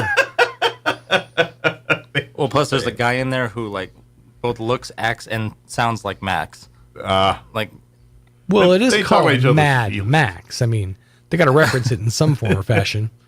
Right. I heard Tina Turner makes a cameo. Just kidding. People will be like, really? Wait. They CGI'd her in this day and age. Yeah, why not? Yeah, they got a Chad-looking guy in that movie. They just got to do just the hint. You just in the background you just hear the "I've been looking for a hero." It's like fading in the back. I don't. Then Thor steps in and Kane yanks him out. No, not another hero. I don't know. I would watch it in theaters because movies like that, it's like the audio. You can hear like the engines revving better and stuff like that. Yeah, and that's true. You do want to see a movie like that for the surround sound and stuff that's like audio based. Like that's what I watch that in theaters for. Yeah, I could see that. You got to go with your buddies and everything. That's kind of like it's not a date night movie. No. How about a romantic evening of Furiosa? Put it this way, it would have been a real hard sell to my 10-year-old. The only choice we had last night was Garfield or IF. That's the Imaginary Friends movie. Yeah. Which looks cute. It does look very cute. It looks, I was going to say, it's funny pronounced enough. if. Huh? It's pronounced if, isn't it? It's pronounced, I don't know. It's if. It's if. It is if. Yeah. But it stands for Imaginary Friends. Yeah, So it's pronounced if. I mean, they say if in the movie. I like the tag. Market it. The tagline is a movie you have to believe to see. Well, and let's face it, we're in a day and age where anything Ryan Reynolds is on is going to be a hit. Mm-hmm. You know what I mean? It's just, that's what it is. Yep. He's everything he touches turns into millions of dollars. So He's got a bankable face. What can we say? Well, and I mean, he's a marketing genius. I mean, how many companies do you have between the tequilas and the cell phone His service? is gin. Huh? His is gin. Aviation. Oh, yeah, gin. I'm sorry. You're thinking of tequila. you're thinking of I see Tremana. commercials all the time for it on the Wrexham. Oh, he owns a soccer team. Yeah. I mean, he's got all kinds of He stuff. owns a cell phone company. Yeah. He owns that team? Well, him and Ryan McElhaney. McElhaney, they own the team together. Mhm. Yeah, they own that team. Okay. I thought they were just like fans chilling for it. Not that big of fans. No, they've No, yeah, got they're millions of invested. dollars invested into Okay. it. Yeah, that's why they got and they're also, because it's football, European football. They got that Aviator Gin logos all between that and a couple of the other things. Mint Mobile's on there. Yeah, every tentpole franchise that Ryan Reynolds owns, there's a logo for it on the Wrexham jersey. And I know it's because they the underdog story and all that, but Wrexham's kind of a big deal now. Oh yeah, now like they're getting good. nowadays there's money and they have quite the fan base. Yeah, they're up into like college level teams now. Mm-hmm. So. Like kind of like the WNBA. Like now they're getting sponsorships because of Caitlin Clark. Well, they keep getting. You know about soccer in Europe, how they get the tiers relegated and derelegated and all that. Mm-hmm. Well, this was the Wrexham team at one point was a Premier Cup League team, top level team. Through the years, the town and mismanagement, the thing kept getting dropped down and got down to like the below professional league. And then the celebrities come in and buy the team up. They're a small town in Wales, the historic team. They had a mining accent. It's a whole thing, but I'm sure they did. The history of it, yeah, it's kind of like Resident Alien. Weirdly enough, same kind of history. But anyway, that town has in that there. But and so they buy the team. They're investing money and stuff. And since they've taken over the team 4 or 5 years from now, they've been promoted into the professional ranks and are now trying to get back up into that Premier Cup League level. And so they were sort of the team that got forgotten about. Now there's actually people are paying attention to them, and they're getting quality players and actually making a move for the big league. Well, yeah, well said. Yes, well said. Yeah, basically, like they won. I do consider myself well spoken. They got promoted last year, but their roster is probably built to be a team that's 2 tiers above that. Like their caliber, their players, basically they're paying people salaries 2 levels above what they're playing in, and that's how you get successful there. Sure. You have to get, and so that's what they're doing. And when you're Ryan Reynolds or McElhaney and Ryan Reynolds here, you can kind of do that when you got big deep pockets. That's what they're doing. So. Biggest and deepest. Lauren is patiently waiting. I'm sure she wanted the soccer history of Wrexham. I was going to say, what's McElhaney promoting? What's he contributing to that? Oh, money. He's one of the owners. He does promote and stuff. I mean, he's not as big as Ryan Reynolds, but he's got his following too. There's a lot of It's Always Sunny fans out there that he's got enough following. So I was a little sad he's not Fat Mac anymore. I miss Fat Mac. But yes, Lauren with the Roswell Refuge will be joining us here in just a few minutes. Get an update. Of course, they've got their Father's Day giveaway where they've got that Blackstone Grill. They're going to be doing the drawing here on the morning show next Friday with Sean here. So yes, it won't be me. I'll be out of town next week, but we'll talk about that. We'll get an update on what's going on at the refuge as well. Before we do any of that, though, let's go ahead and take a look at your weather. Not the best, but it could be worse. I'm meteorologist Steve Hamilton with your Pecos Valley weather. Pretty hot today. We have a big high pressure system settling in over the area, going up to about 100, and we get sunshine. Clear tonight and down to a low of 70. Will be around 105 for tomorrow afternoon. Mix of sunshine and clouds. And then for Friday, we could get a few light rain showers. Otherwise, it'll be sunny. Afternoon highs 100 to 105. I'm meteorologist Steve Hamilton, and that's your latest forecast. Thank you, Steve. Currently, 77 degrees here in Roswell. Humidity's at 60%. Winds currently out of the northeast at 7 miles per hour. Sunny, 100 are expected high today. Winds out of the northeast, 5 to 10 miles per hour. Tonight, clear skies. Expect an overnight low of 71 degrees. South winds, 5 to 10 miles per hour. Sunny and 104 for a high tomorrow. We also have a heat advisory kicking in tomorrow, starting at 1 in the afternoon through 7 p.m. in case you need a reminder that it's hot. The 104 doesn't tell you. Tomorrow night, we are looking at a 20% chance of showers and thunderstorms. Mostly cloudy, overnight low of 75. Friday, partly cloudy and 103 for a high. South winds 10 to 15 miles per hour. Saturday, we are looking at sunny skies and 103. Saturday night, we're looking at a 20% chance of showers and thunderstorms. Mostly cloudy, 74 for an overnight low. Sunday, we're looking at a 40% chance. That's a good shot. 40% chance of afternoon showers and thunderstorms, partly cloudy, 96. Sunday night, we're looking at a 50% chance of showers and thunderstorms, mostly cloudy, and 68 for an overnight low. And then Monday, when you head back to work, 20% chance of showers, partly cloudy, 90 for a high. That's like 10 degrees under hot. So might need a coat or something for that day. It's so chilly. Yeah, right? Parka. All right. It is at 8:19. We're going to take a 2.5-minute break because no more political ads. We're done with that. So at least for the time being. So short break, and then Lauren will join us from the Roswell Refuge. Don't go away. Hi, everyone. This is Melanie from Glenn's Furniture. When was the last time you looked forward to sleep? Let's be honest here. You know a restful night's sleep has more health benefits than you consciously think about during the day. Here at Glenn's, we carry Serta mattresses, and they've been in the business for more than 90 years. Choosing one can be hard, but I want you to know we have your back. Come see us at Glenn's on the corner of Union and Alameda in Roswell, where delivery is free since 1953. It's the first day of the first grade, and she found a new best friend. It's a laid-back Sunday afternoon you wish would never end. The homemade taste of Bluebell and good friends gathered round. The good old days are being made right now.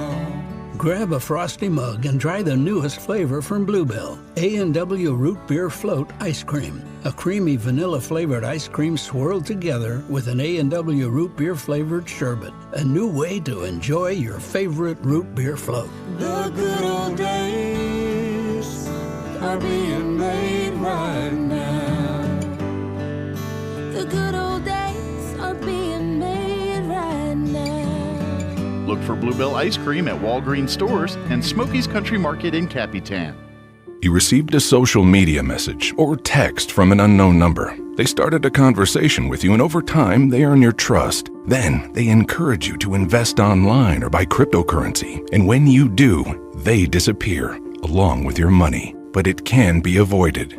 The Securities Division of New Mexico's Regulation and Licensing Department can help. Learn to spot the red flags of investment scams at rld.nm.gov/red flags or call 505-476-4580. Maybe your AC unit needs a little tender loving care. If you don't know where to turn, then you don't know jack. In fact, they're downright funky. Let the boys at Fergie's Plumbing and Heating get your AC unit ice cold just like some of my lady friends. Don't let any fool make you lose your cool. Fergie's Plumbing and Heating. If you don't know Fergie, then you don't know Jack. 632-2660. Fergalicious. Here's a Mornings with Mike Winters fun fact. Turtles can breathe through their butts. We imagine you know some people who do that too, because that's where their heads reside. Here's Mike Winters.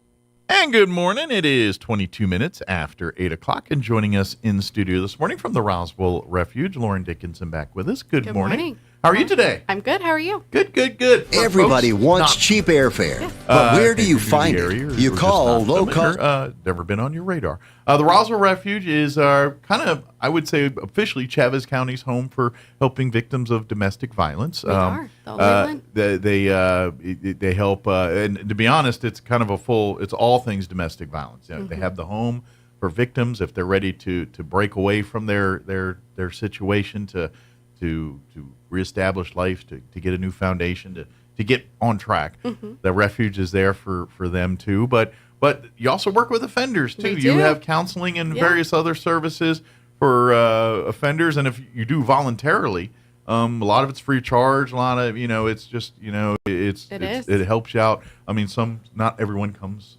willingly. Some are mandated by a judge, court-ordered.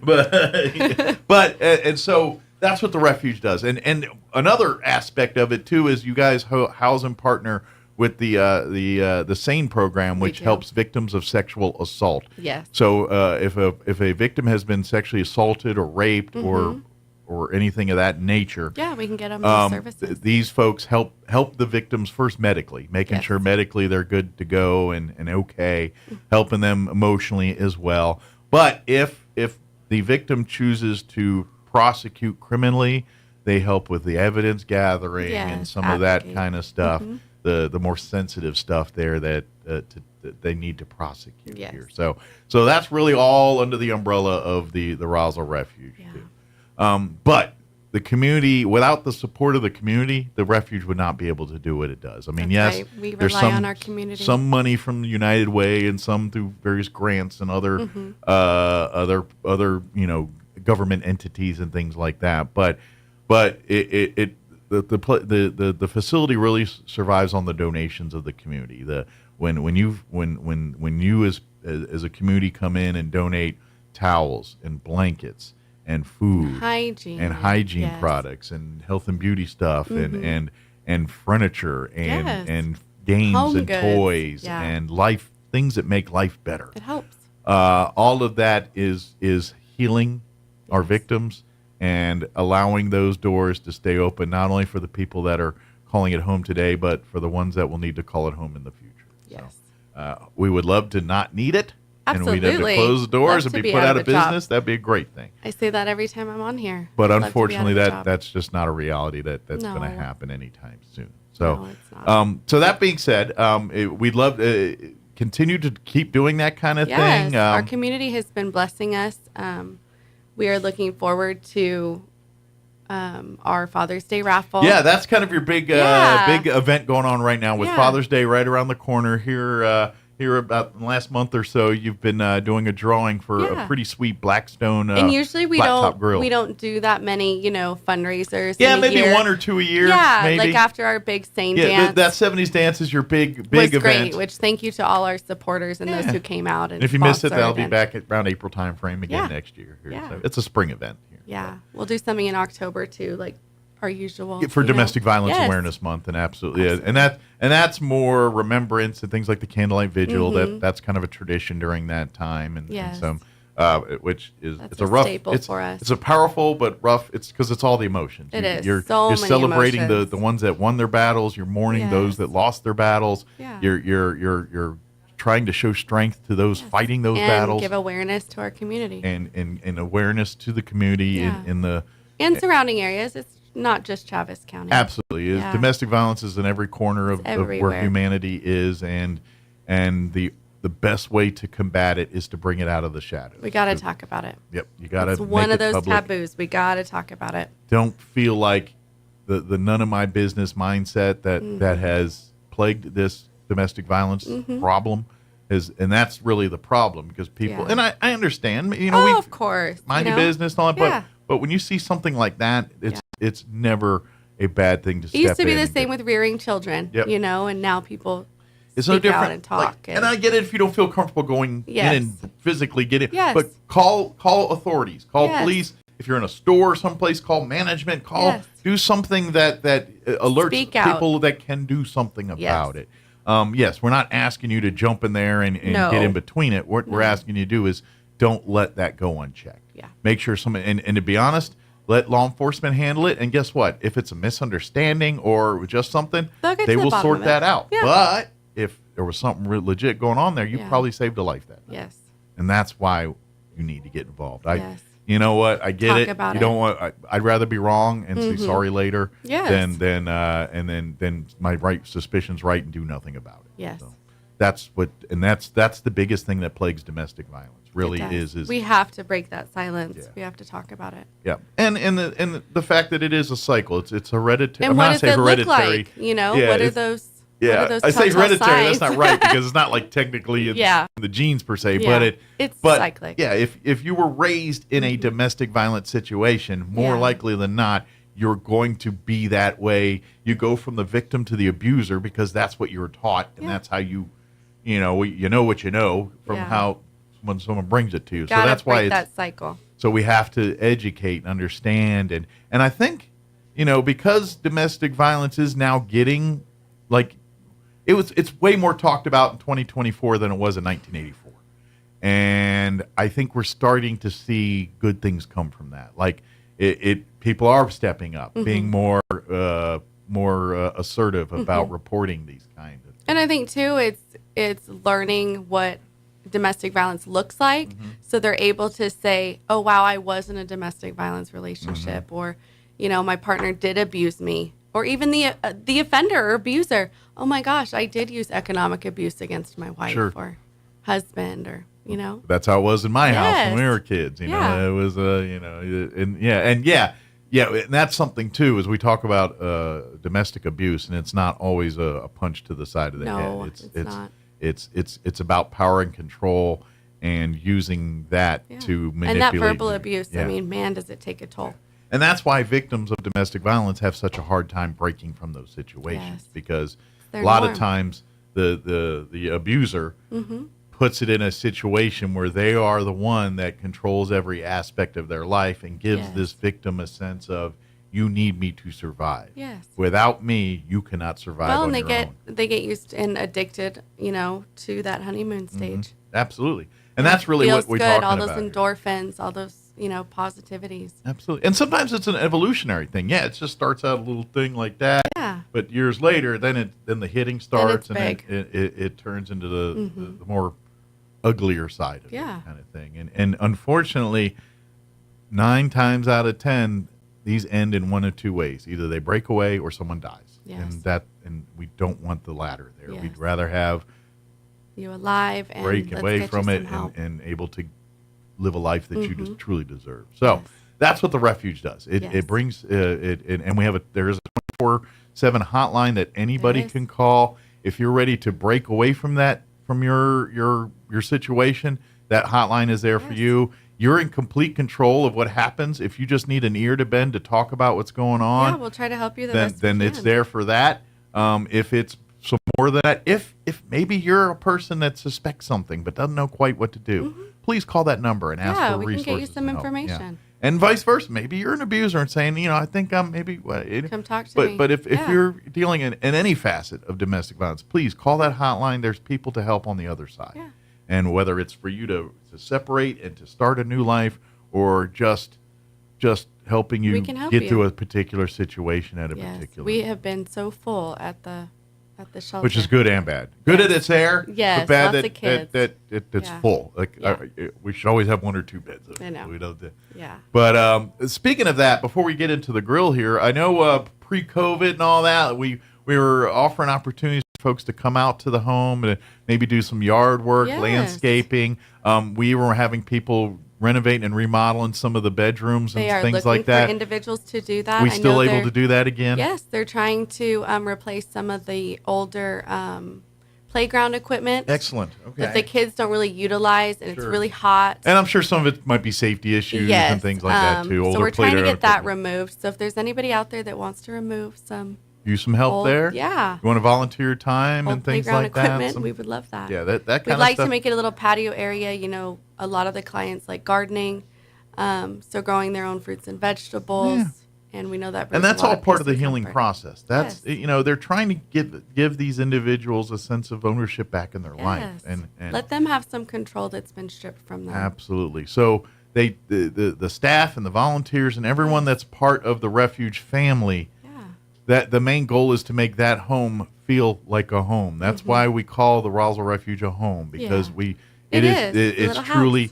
You know, they celebrate holidays, Thanksgiving, they cook a meal in a family, and they get together, Christmas, all the holidays. They treat it like a big family community. They when there's birthdays and various holidays, they make sure we got presents for the kids and a lot of times we'll get some very generous businesses that donate their services to some of the victims of the refuge, and so. We're because a lot of times it's about reestablishing confidence, giving them that foundation. Sometimes part of that is a makeover. Yeah, and we're so lucky to have the thrift store that individuals donate, and we are so inundated with clothing. We have been turning people away, sadly. But we're still taking home goods. We're still taking. We got microwaves and coffee pots. Yes, we're still taking those type of items. Yeah. It's just we have so many pieces of clothing. And how this works is when people, I guess, graduate for a better term, to go on to their own to a life again, with their new life or whatever. Basically, because a lot of times these folks come in with basically whatever clothing is on their back. That's it. Maybe with secured a housing child in and a tow, job. so they don't have trees, bedding. Clothes other than what's on their back, and they literally have nothing.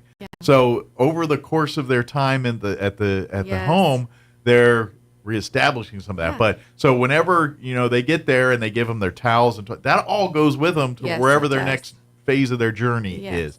But they also get a chance to go through the thrift store, and they partner with other nonprofits. And sometimes, hey, you send your clients, we'll send our clients, so they can get things like a microwave, pots and pans. Car seats, strollers, car seats, strollers, just toys. Anything they can use to make their transition a little bit easier. And the thrift store is closed this week. Okay.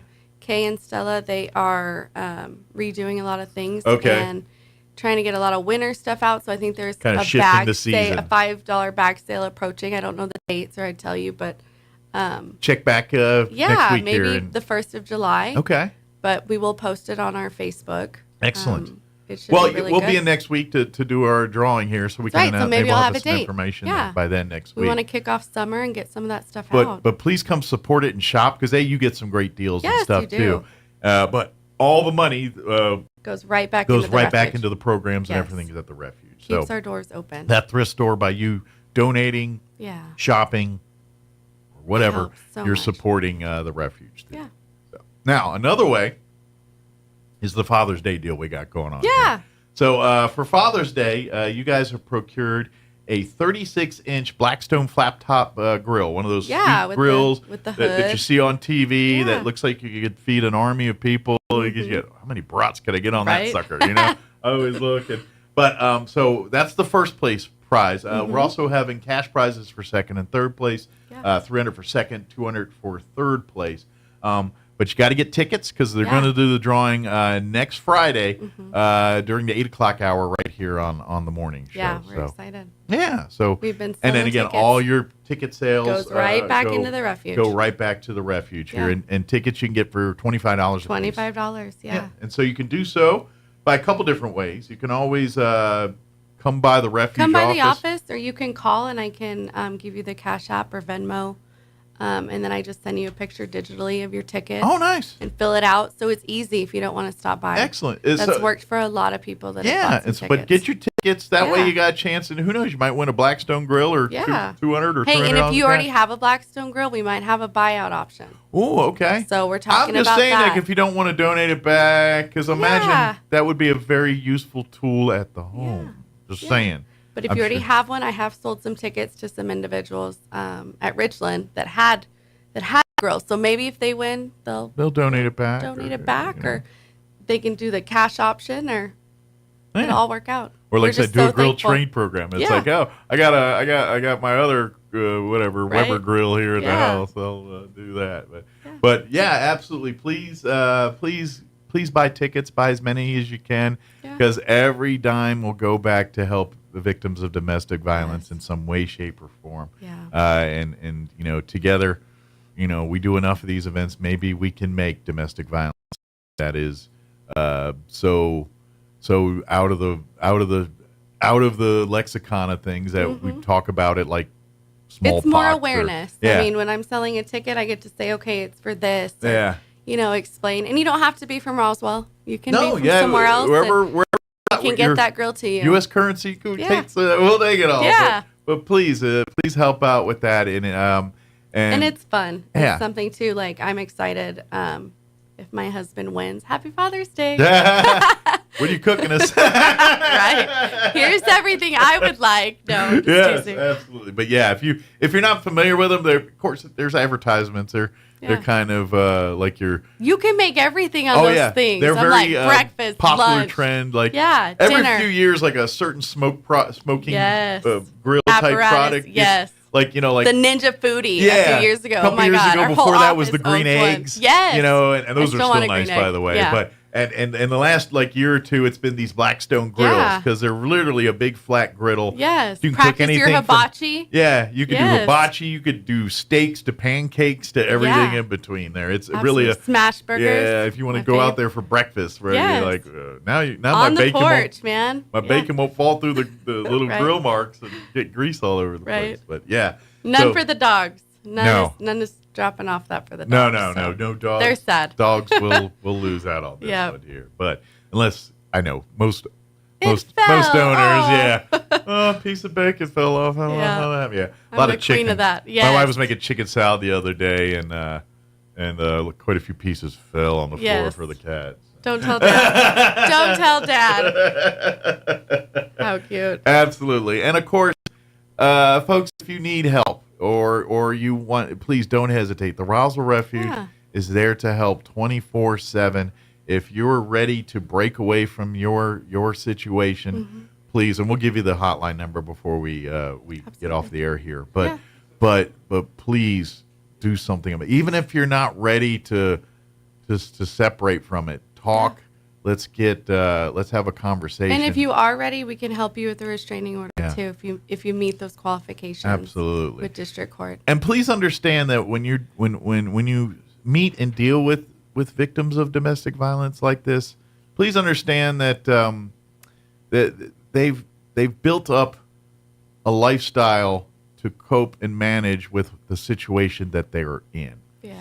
What unfortunately is kind of offshoot results of that are lack of trust issues, very quietness, very reserved, not willing to share and let's face it, why would you? If you're in a mode where you're thinking the world's against you, why are you going to be forthcoming? And so a lot of times the first step for helping these victims is getting them to feel that they're okay to come out and talk and understand not everybody is wanting something from you. Yeah. And believe it or not, one of the greatest ways to help crack away at some of those walls they've put up is your random acts of kindness. Yes. When folks come to the refuge home and they've got big trays of food from a restaurant because they didn't sell them all, perfectly good food from one of our chain restaurants. Or a meeting that had too many leftovers. Yeah, those we are things. so gracious for and that. then when the residents of the home see that and they're like, why did they bring that food? Because they had extra and you wanted it. But what do we got to do for it?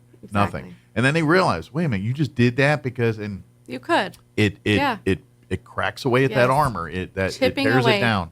It absolutely does, and it puts them on the path to being able to have the happy lives they deserve again. Yes. And so, trust me, everyone deserves happiness. Your simple act of you coming by with a bag full of towels and toiletries, or cakes, and or bedding sheets or games and and toys and stuff. Or food ingredients, so the house can cook this together. Absolutely. That is super fun to watch. Yeah, like they can't. Everyone get together and make cupcakes or. And they kind of like with the foods and things they buy because of the grants and stuff. Like they can buy like the products to make things, but you can't buy like produce candy bars and things.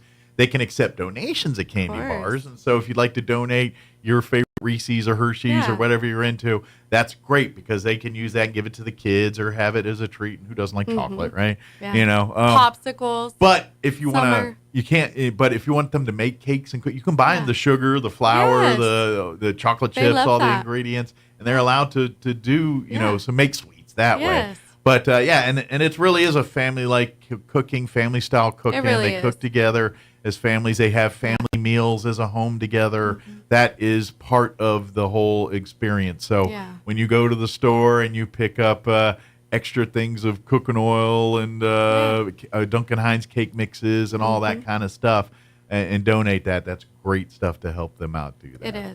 But one thing that's a constant need is your bedding, your towels. Those hygiene items. Yeah, hygiene, toiletries, because that's all stuff that it they goes keep. with them. It's dispensable stuff. Yeah. When they do move on to that, they take their bed sheets with them. They take their towels with them. They'll take their personal health and beauty items Maybe the with them. kids came without shoes. Exactly, clothing. Throw away flip flops. And that's why we also remind you with toys and stuff too, because there are kids that do live in the home too. That teddy bear of all ages. Some are barely able to walk to teenagers, full on teenagers. Yeah.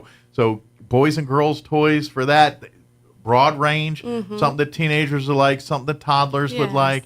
All of that stuff. Donate. And they'll like a lot of times there's birthdays and stuff. They'll wrap them up and give them his birthday or gifts or things like that. Christmas too. Yeah, Christmas. And so don't forget about that stuff too. But all of that helps out. But if you really want to help, get you a ticket or two for the Father's Day Blackstone Grill Blacktop Grill giveaway here, and help out that way. And then of course, if you need help, don't hesitate to call. What's that hotline number is 575-627-8361. And that number is the emergency. 365, yes, 24/7. Like if you have office questions or anything like, you can call admin. Yeah, call our office number. This number is really kind of geared for people. Do you have room and shelter? Yeah, this is what's happening. People that are dealing with a domestic violence situation in one way, shape, or form here. So. And it's available 24/7, like you said. 365. Completely anonymous. You don't have to share. Matter of fact, I'm not even sure if the people that you're talking to are in this area. They might be somewhere. I don't know. Who knows? But that's kind of the deal. It's very anonymous. And again, like I said, you are in control of the conversation. If you're not ready to leave, you don't have to leave. If you're ready to leave, you just then need help. By golly, we'll have hands on the other side to pull you through. Absolutely. But you're in control of the conversation, but please, if you're experiencing this, even if you think you're dealing with it, get help. You shouldn't have to. No, you don't have to do what it you're dealing alone. with is not normal. Yeah. This Let's is get not, you those tools to help you through it. Yeah, this is not the status quo. This is not the right way not the or the norm. normal way. I know in your head it may rationalize and feel, and well, you don't know me. Trust me, I don't know you, but I do know that no human deserves what you're dealing with. Exactly. So please reach out, make that call. Call us. Let's help. Let's help and do this. And folks, And if we don't have the resources, by golly, we will find the resources. absolutely, I know, and that's the thing. It's a great we partnership. partner Like with there's a the lot of Grammys people. House Yes. in Eddy County and similar other resources, Yeah. and you guys are work hand We in can hand make all a the phone time. call and figure it out. They all kind of do the same good, and they're parts of the state here, and they can help out with that. And if it's bigger resources, and obviously you're connected with the sheriff and the police department thing. So if there's something needed there, you guys can help navigate that too. Yeah. But if you have donations, if you have any questions, please go. Or if you want to get tickets for the Blackstone Grill, you can go to the Refuge office. Yeah. That's the best place to go. 1215 North Garden. North Garden, Yeah, right that's there our on admin the corner of Garden and what road is that? I can't remember. It's actually next to Culligan, across the street from Travis County Door. There you go. Yeah. Exactly. I College, just picture on the Garden. corner. It's Yes, like right over just there. turn, I'm yeah, coming off Main Street. right I go here. there. And it's like right over there. Yeah. and the thrift store, I believe, is right in that It is, region on the too, as site. well. So you can Yeah, go there Purple if you Door. got. Like you said, Kay and them are kind of They're gearing up for summer. reorganizing for this week.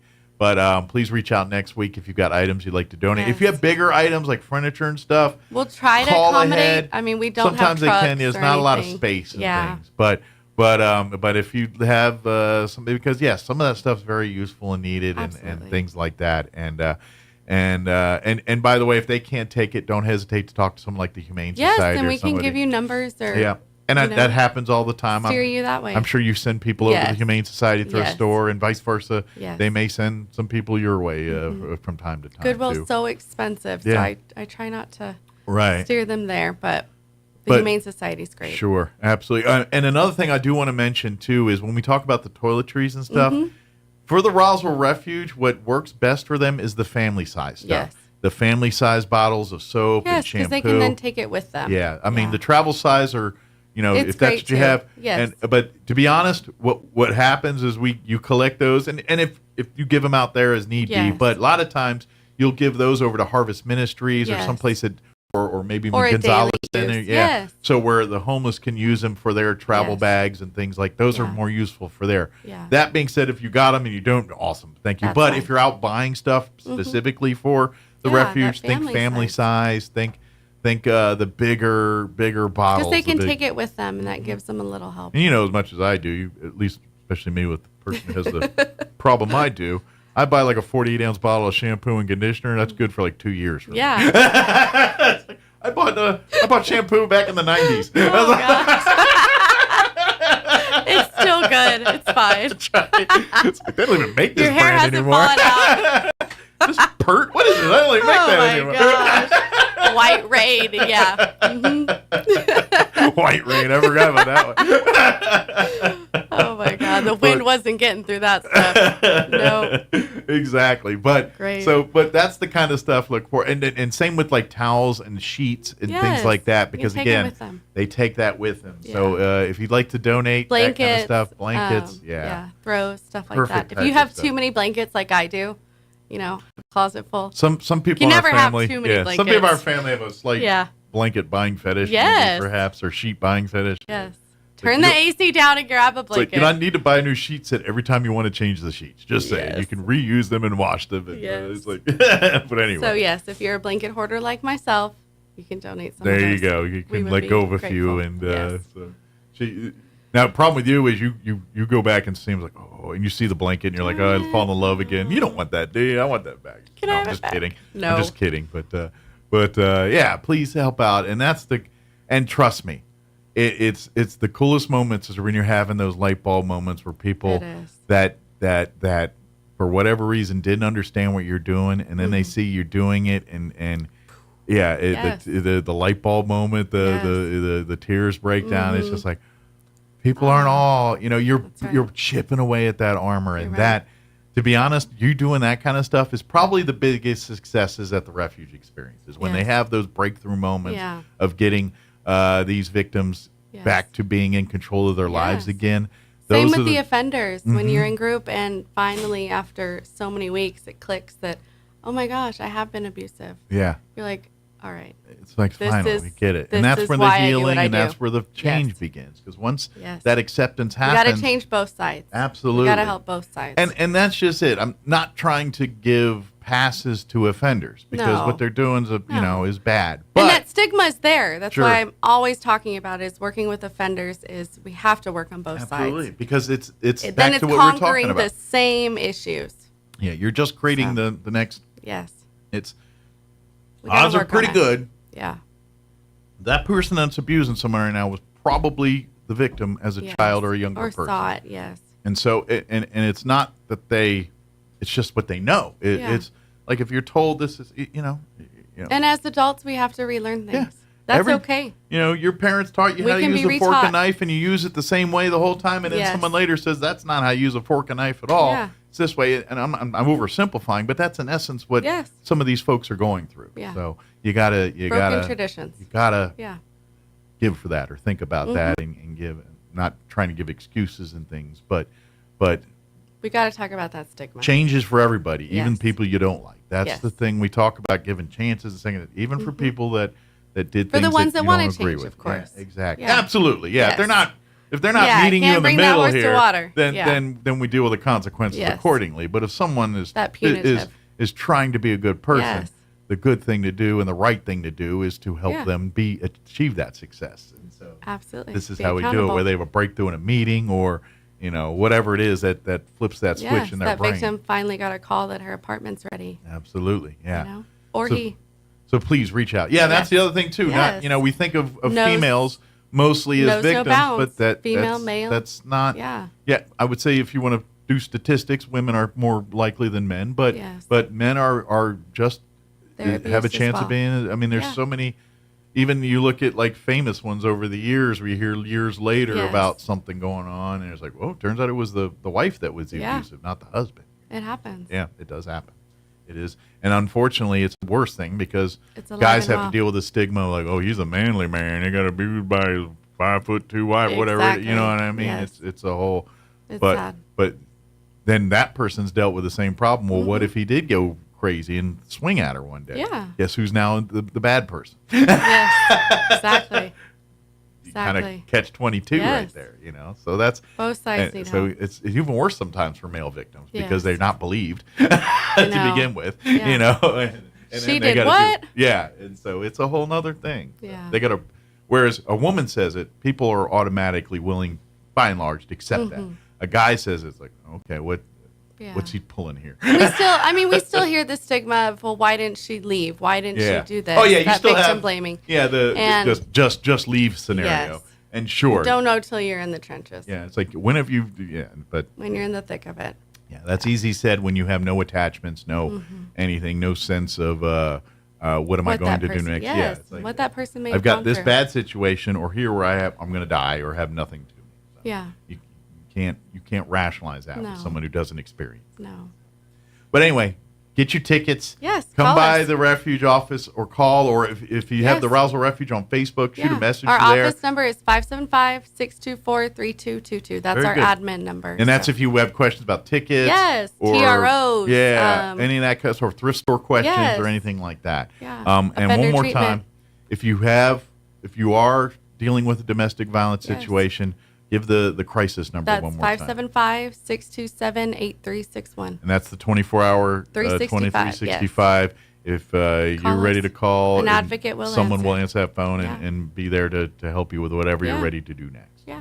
But call the other number if you just want You just tickets got- or any of that yes. stuff, or want to donate some stuff, Yeah. or want to help out at the home here.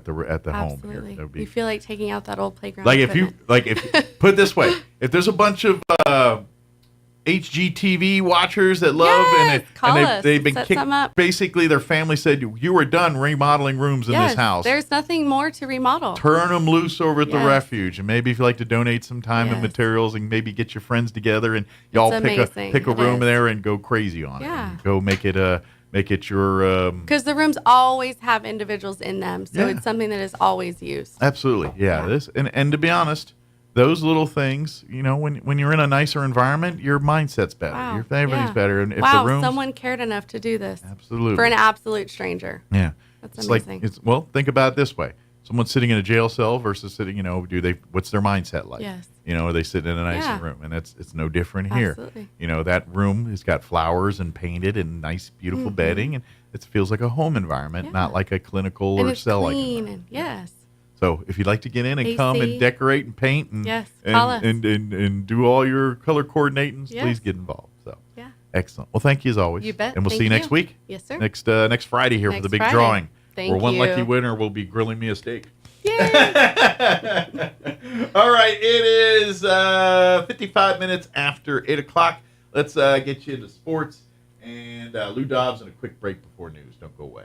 It's time for the Chaves County Sports Report. Well, it's summertime, and we always kick off the summer with results from the Milkman Triathlon out in Dexter. But not this time. We do know that the race was run this past Saturday, and there appeared to be some winners, but we don't know where the results are, and we would like to tell you who locally did pretty well. Maybe we'll get that for you next week. Something we can tell you is that the baseball and softball all-star games will be played starting tomorrow in Las Cruces at the Field of Dreams complex. Tomorrow it's 4A, 5A baseball.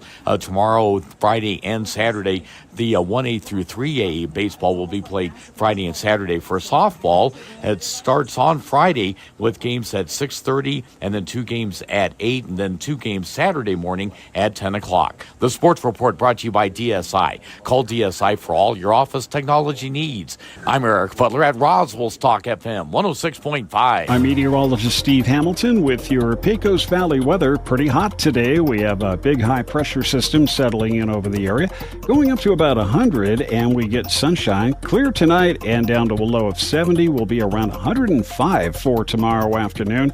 Mix of sunshine and clouds. And then for Friday, we could get a few light rain showers. Otherwise, it'll be sunny.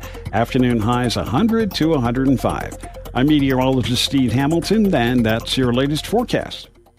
All across America, this is the Lou Dobbs Business Report. I'm Lou Dobbs. Wall Street climbing again, Dollar Tree down before earnings, and Tesla betting big on NVIDIA chips.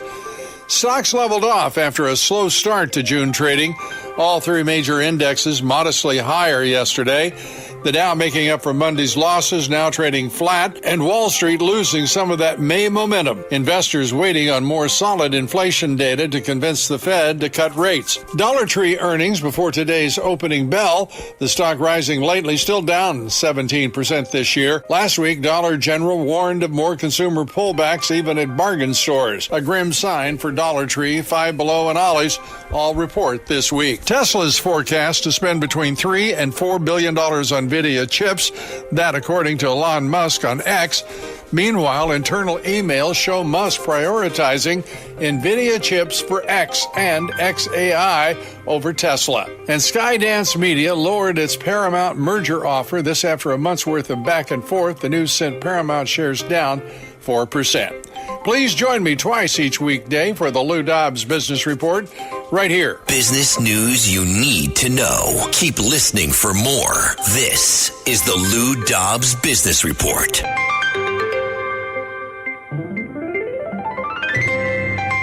The Arctic is calling, and it's closer than you think. Oh my God, look at those polar bears. Check out goldstarcanada.com. See polar bears in the wild with Gold Star Canadian Tours. Join the adventure of a lifetime. Fly by private jet from Montreal to Churchill, Manitoba, the polar bear capital of the world. This is the bucket list trip you're not going to want to miss. An unforgettable Arctic journey has never been easier with Gold Star Canadian Tours. Go to goldstarcanada.com. That's goldstarcanada.com.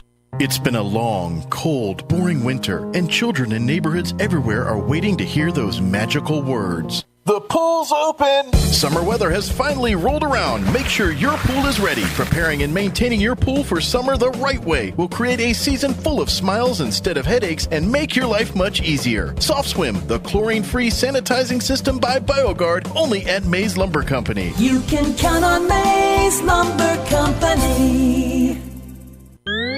Talk radio has landed on the all-new 106.5 FM KEND Roswell. Today in Hunter Biden's gun trial with the cross-examination of an FBI agent, the agent being questioned about messages he sent around the time of the gun purchase at issue.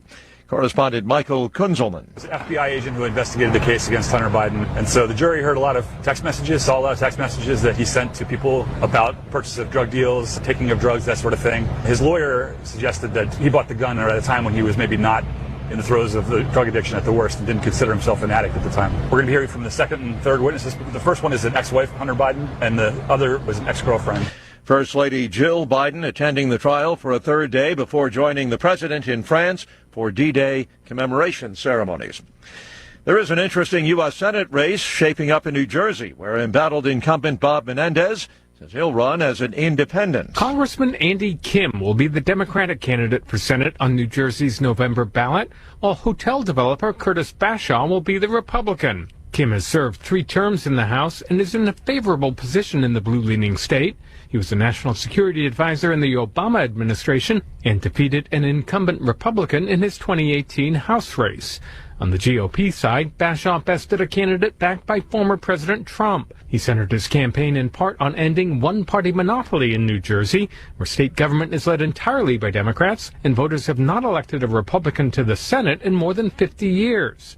I'm Ben Thomas. Boeing has launched astronauts for the first time following years of delays. A couple of NASA test pilots blasting off today aboard Boeing's Starliner capsule, liftoff from Cape Canaveral, Florida. Watching Wall Street this morning, stocks are mixed so far. Right now, the Dow down 58 points, on the NASDAQ 186 points higher. More on these stories at townhall.com. Find it. You call Low Cost Airlines. Their prices are direct from the airlines, and they're so low you can't find these fares published anywhere. They specialize in cheap flights, discount hotel rooms, cheap car rental rates, and great package deals anywhere around the world.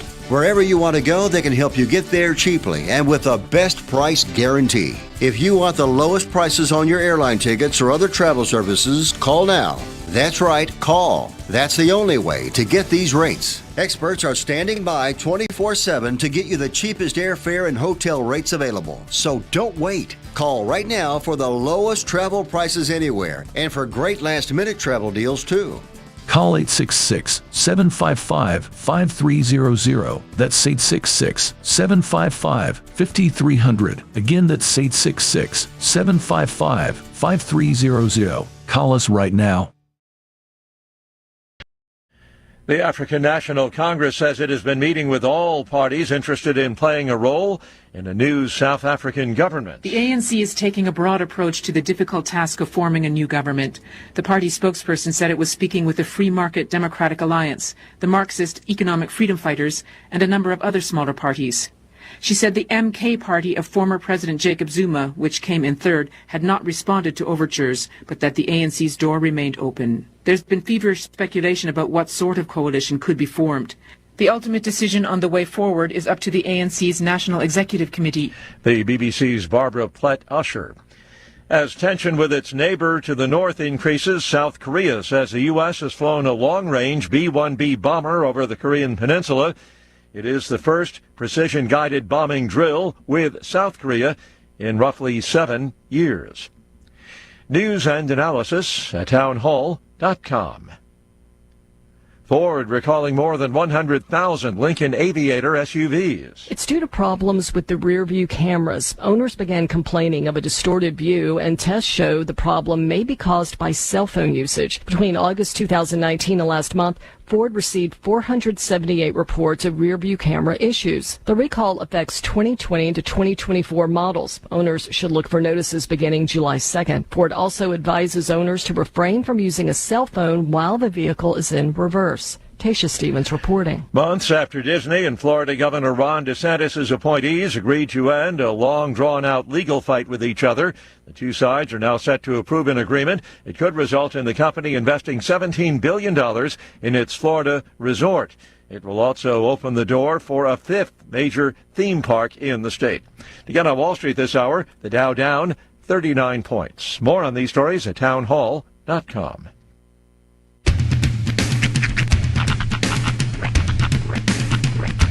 What in the wide, wide world of sports is going on here? I promise you, whatever scum did this, not one man in this force will rest for 1 minute until he's behind bars.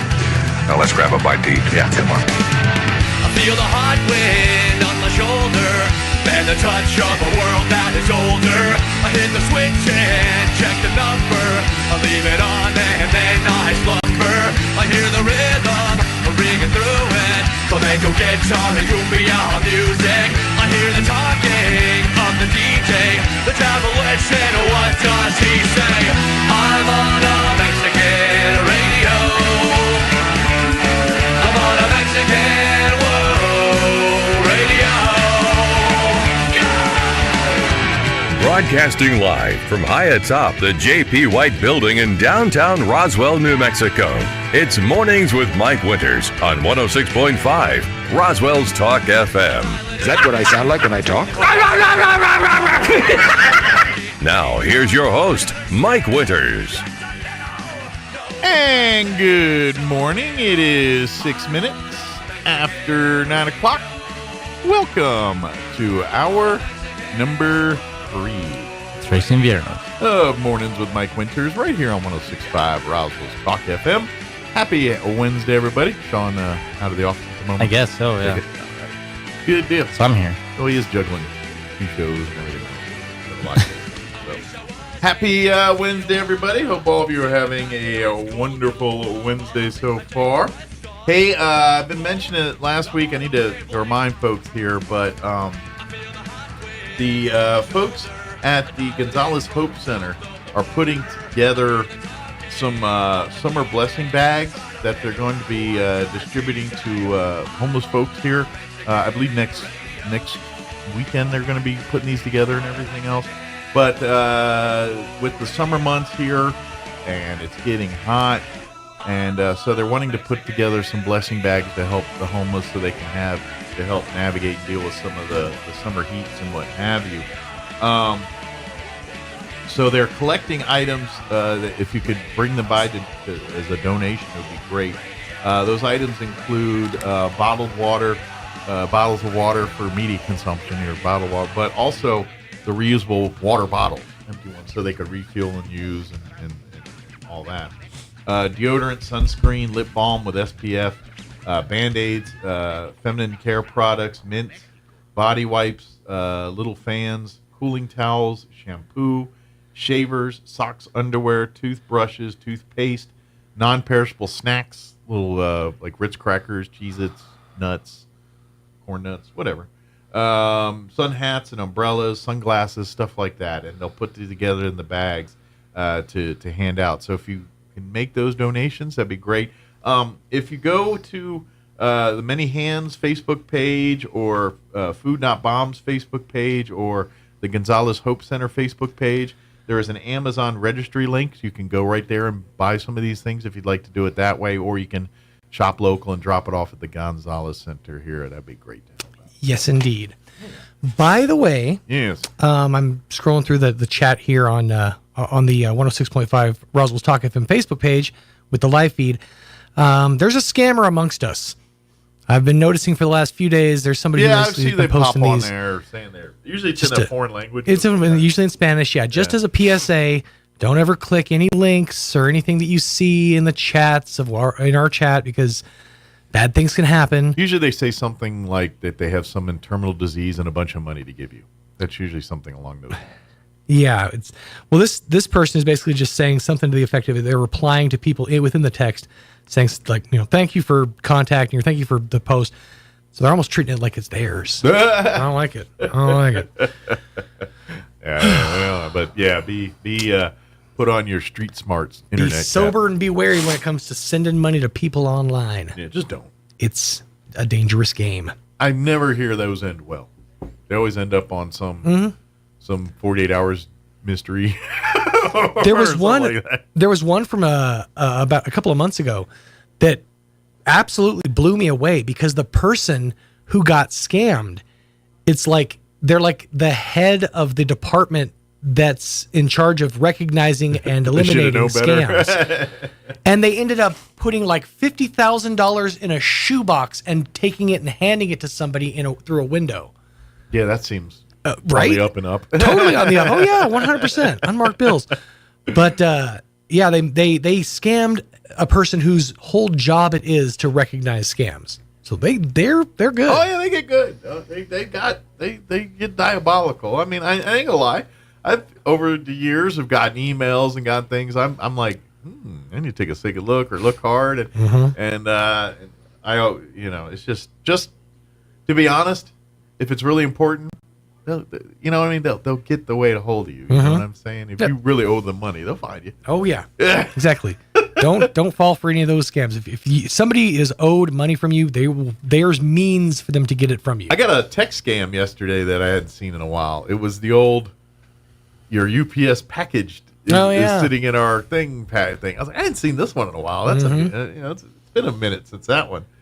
And see, and those almost never work on me because I rarely, if ever, shop online. Oh yeah, and that's just it. They're all they never contact you that way. The legit ones, and so it usually works with people who have spouses because they're like, oh, what did she order this or what did he order this time? Yeah.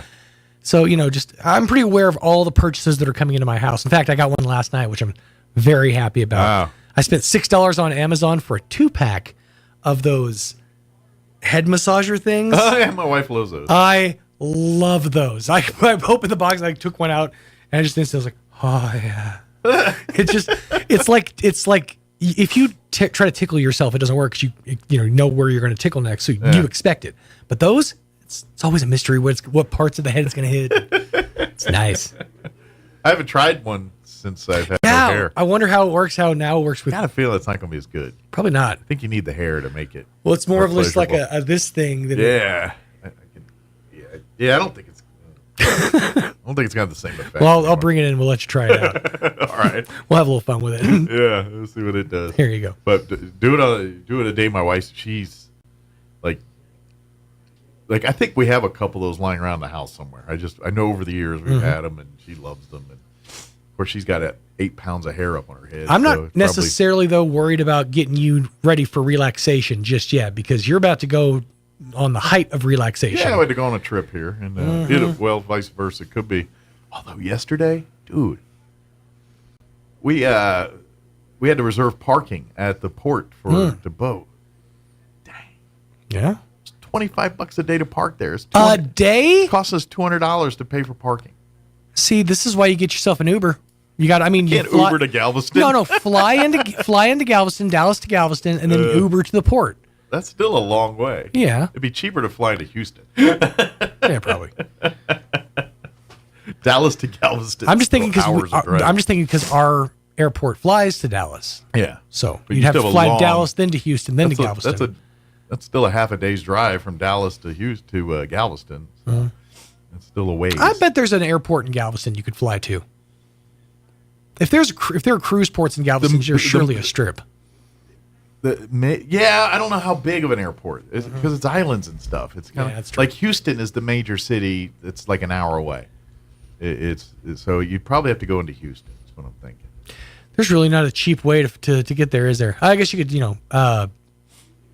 hitchhike. Yeah, be fun. We're driving. Bring back the old hitchhike.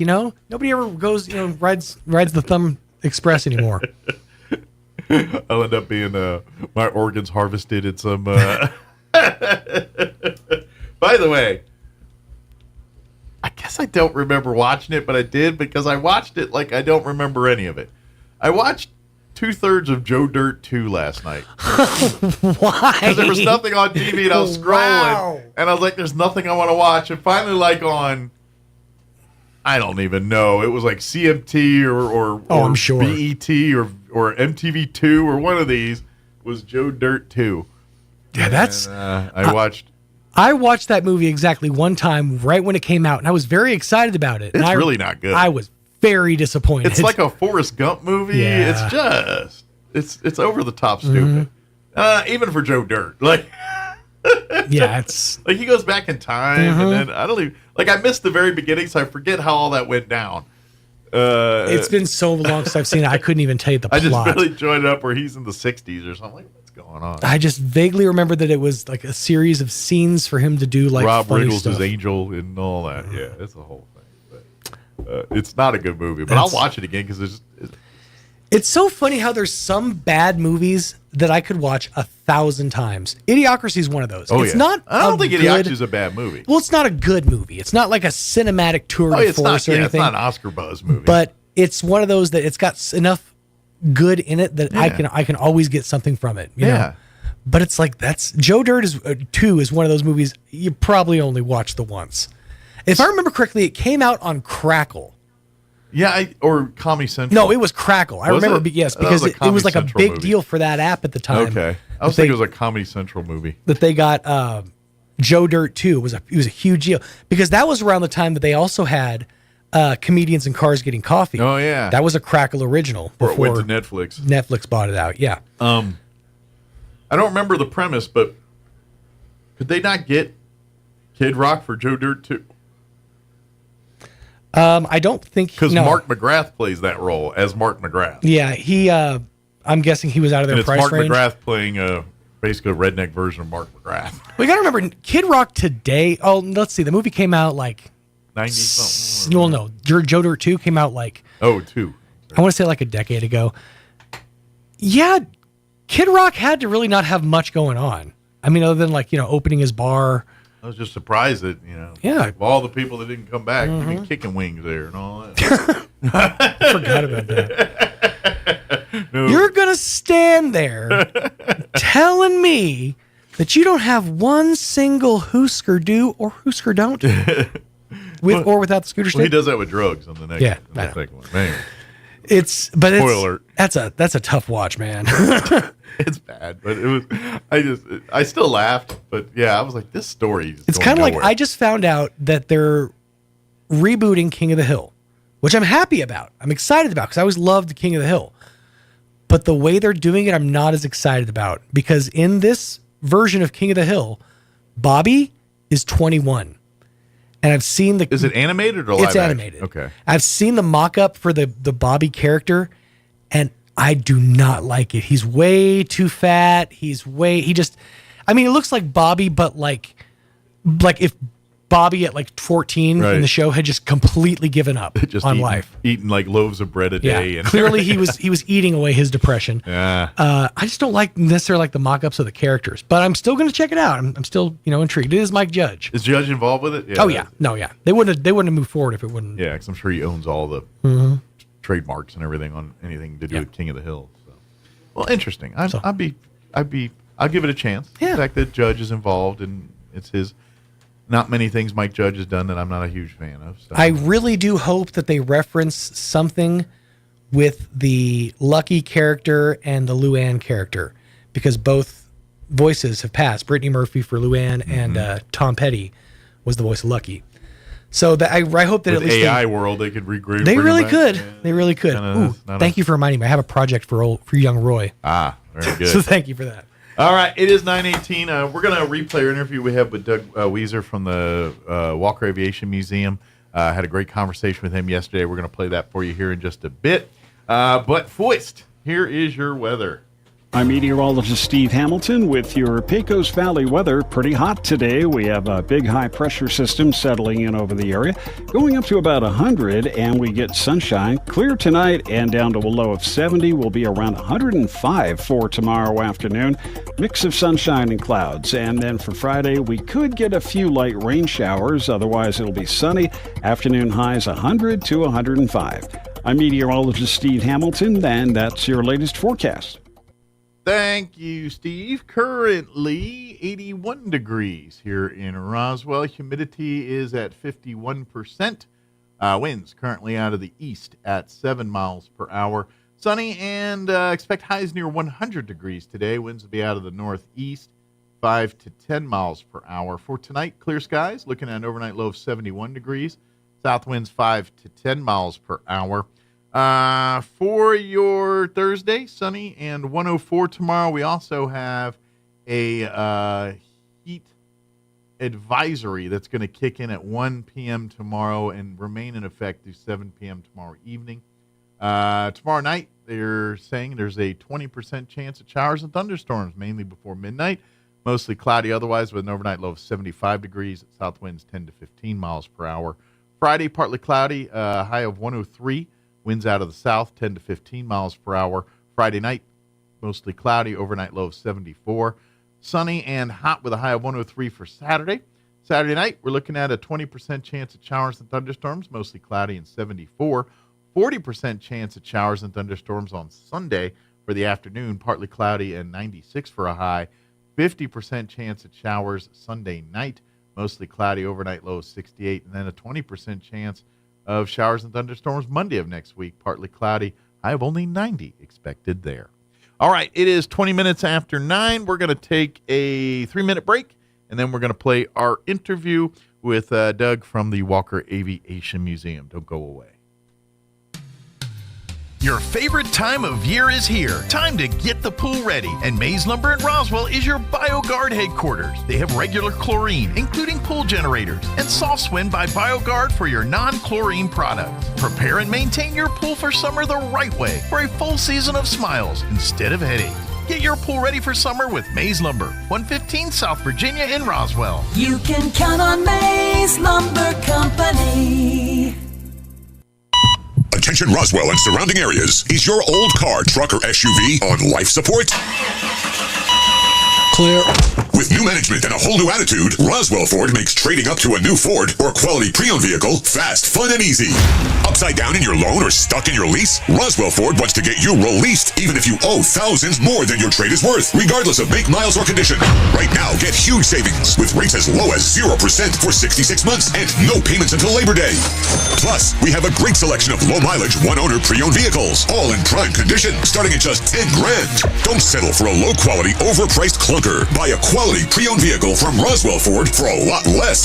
Worried about your credit? Don't sweat it. We've partnered with the most aggressive lenders that will push to approve you today, even with bad or no credit. Lower prices, exceptional trade-in values, and a better buying experience. Get on board at Roswell Ford, 821 North Main Street in beautiful Roswell, or online at roswellford.com. $1,515 per thousand finance on select new Ford models with approved credit. Hey CVE members, have you scheduled your no-cost home energy audit? If not, it's time to sign up. Call 575-746-3571 to get your name on the list for a free home energy audit. Weather stripping, new door sweeps, minor repairs, and much more. Start saving money and keep that purchased air in your home. Central Valley Electric Cooperative is happy to partner with Green Metal Energy for this valuable audit.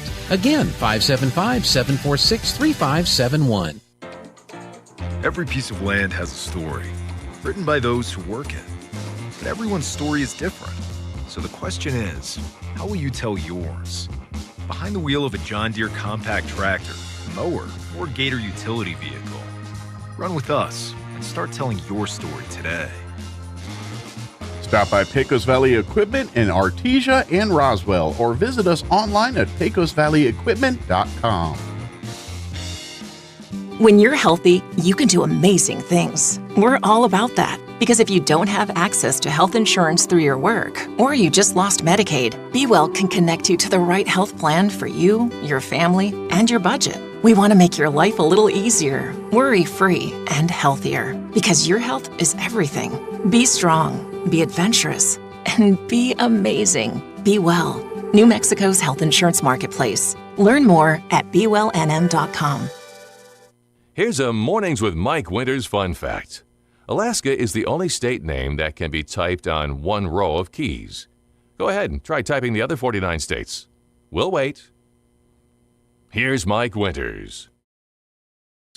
And good morning. It is 7:25, and joining us in studio this morning from the Walker Aviation Museum, Doug Weiser back with us. Good morning, Doug. Good morning, Mike. How you doing, Doug? I'm good. Good. Doing well, thank you. Excellent. Of course, I don't know, right before on there we started to talk about it, and I got sidetracked. But, of course, Alamogordo, they had their big air show this week. I don't know if you saw the story on the news about the local resident that got got to ride in the Thunderbirds there. Yes. Yeah, I heard about that. And that was great. Yeah. Air shows are great. Oh yeah, those are such cool, and we're pretty blessed to be within 2 hours relatively of one of these cool air shows. So if you missed this year's, I definitely put it on your radar for next year. Yeah, I've never been to Holloman's, but I've been to Holloman's. I've been to a few others. And, yeah, I've even worked them in my military days. Yeah, but they're a lot of fun. But the one here used to be pretty good, and they have a number of different ones everywhere. I remember going to we had a mini air shows right around the time when General Walker's son was around 2015, 2016 time frame. Mm-hmm. And when he was kind of funding and working on his project to try to find his dad's plane. Correct. And General, who's the base is named after, for folks who are not familiar with here. But we had a little air show that around that time, and I think Holloman brought a drone down. I think Kirtland brought a C-130, or Cannon did. They did. We had the Elvis plane out and an Elvis singer, and had a few other cool aircraft out there too. I think there was a big Saudi Arabian 747 that happened to be getting work done or something at the time. They did. Yeah, so it was pretty cool. So, but I think that's the last one we've seen here in Roswell. It was good for years. Roswell. I mean, those air shows were good and everything like that. Who knows? Maybe in the future when, especially with Reno air races come in, they do their stuff. We might be seeing those kind of air shows here again. So. Well, hopefully. And I was thinking on the way over here, I was thinking, we probably wouldn't have a Reno air show or have a national here this next year if it weren't for Walker. And you're absolutely correct. The reason that airport there and the whole air center and the college for that matter is because that was Roswell Army Airfield. It was later on Walker Air Force. Phenomenal. And they looked at the runways, they looked at the facilities out there. Obviously, they're concerned about things like lodging. Mm-hmm. I mean, I just had Mike stop by the office the other day and said, it's going to bring, his figure was 80,000 people. Mm-hmm. And then you're wondering, well, wait a minute. Logistically, how does 80,000 people fit into a town of 50,000? We'll catch up too. And I know they're going to, right now, especially for this first one, incorporating our neighbors to the south and north here, Artesia, Eddy County, getting involved, Lincoln County a little bit here. And, but yeah, and to an extent, too, a lot of these folks are camper types. They'll go into the RV parks and so not all of them will stay in hotel rooms. Some of them will. So we'll need some more RV parks and stuff too, and which I know some of those are in the works. And we had a lot of that going on with the Hike It, Spike It. Yeah, because people would come in, and these are all good logistical problems to have. It's about growth and everything. But I would even say this is a great opportunity for the museum as well. I mean, like you said. Without what happened here in Walker Air Force Base and the World War II and our Cold War, history here, yes, we would not be having Reno air races, but there would be so much we wouldn't be having. No. We talk about air sail. We talk about just all of that. And for folks who don't know, even to this day, one of the largest runways in the world sitting right here in Roswell, New Mexico. Even though it's a long defunct Air Force base. Yeah. It is, and to this day, they still have pilots that come and train. I think there's also something about with pilots, even commercial, like there's some kind of certification on a type of runway landing they have to have. Well, and so they get that certification here because that's one of the few places they could do it. They do their touch and goes. Yeah. They got to do their touch and goes here because of the runway. And if I'm not mistaken, I think the runway is the longest. I don't know about the deepest outside of Guam. Wow. Because of the B-52s and things like that. Yeah, they eat up a lot of real estate when they go up and down. They do. So they have. We used to have Japanese airlines.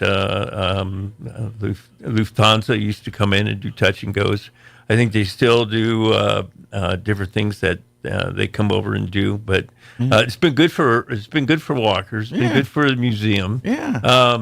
And I mean, how many airports? Another thing I was thinking about: how many airports have a museum? Exactly. Walker, it's about the legacy of Roswell, absolutely, the history of Roswell, and it's got a lot of different things for people that are interested in aviation, absolutely, interested in any kind of career in aviation. For folks that aren't familiar, maybe you're new to the area, not sure familiar, but Walker Air Force Base, first during World War II, was Roswell Army Airfield. It was a training base.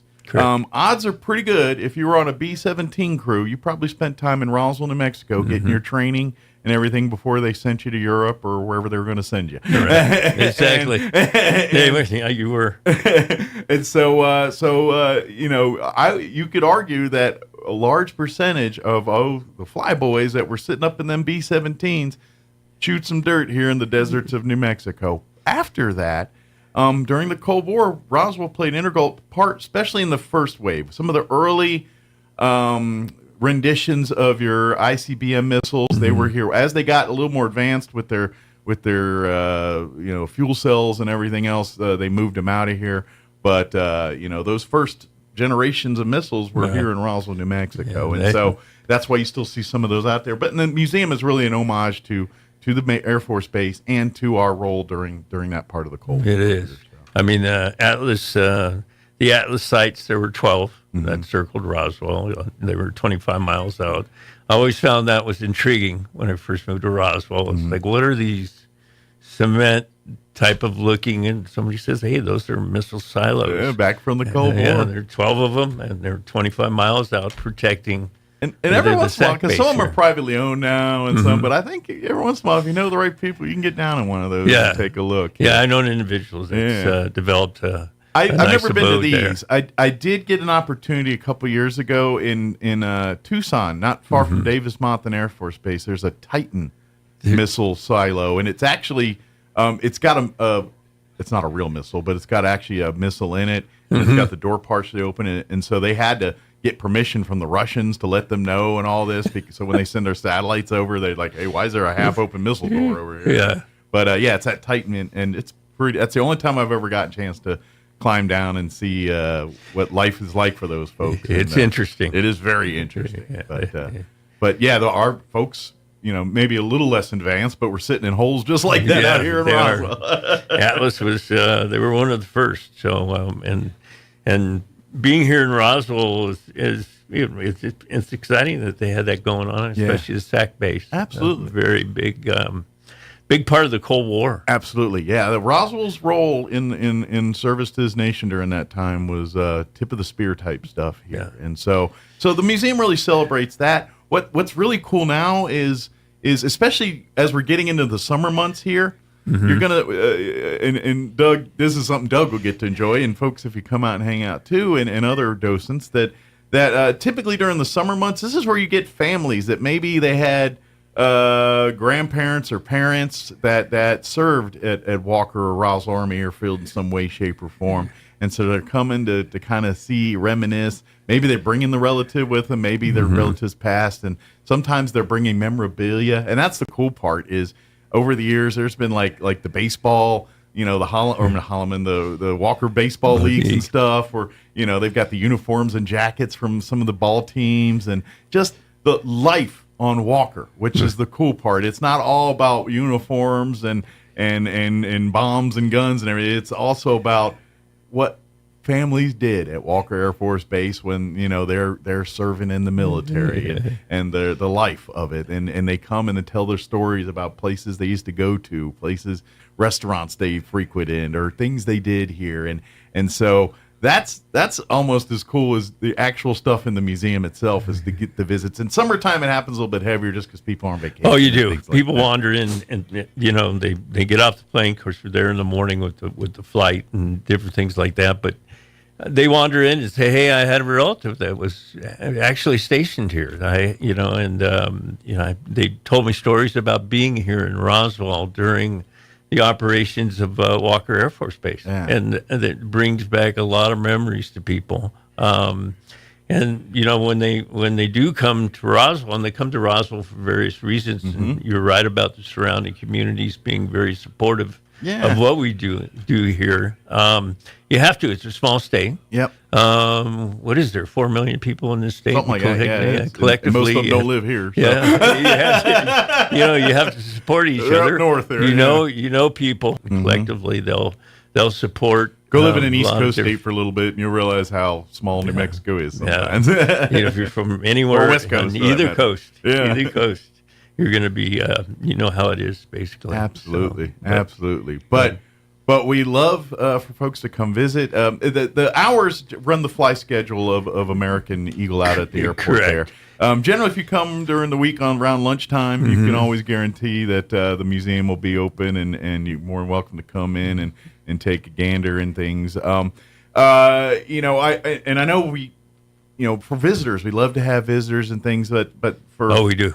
Walker Aviation Museum's really their mission is, preserving the history and providing people for generations to come what took place here and what people did here. But the other side of it is the STEM education and promoting the future for the young folks, getting people interested in careers in STEM and aviation. And so they have the flight simulator, they have all kinds of training and educational videos and materials that for anyone. I mean, we like to focus on our youth, but really, if you want to be a pilot and you're maybe you're retired and said, you know what, I'm retired now. I always wanted to get my pilot's license and fly Cessnas around or something. You can get some of your preliminary stuff through the museum. Yeah. And that's the beauty of it. You can find out where to do ground training and different things like that. I mean, there's 480 different career areas that are available here in Roswell. Absolutely. And you can find out about those at the museum. Mm-hmm. Absolutely. So,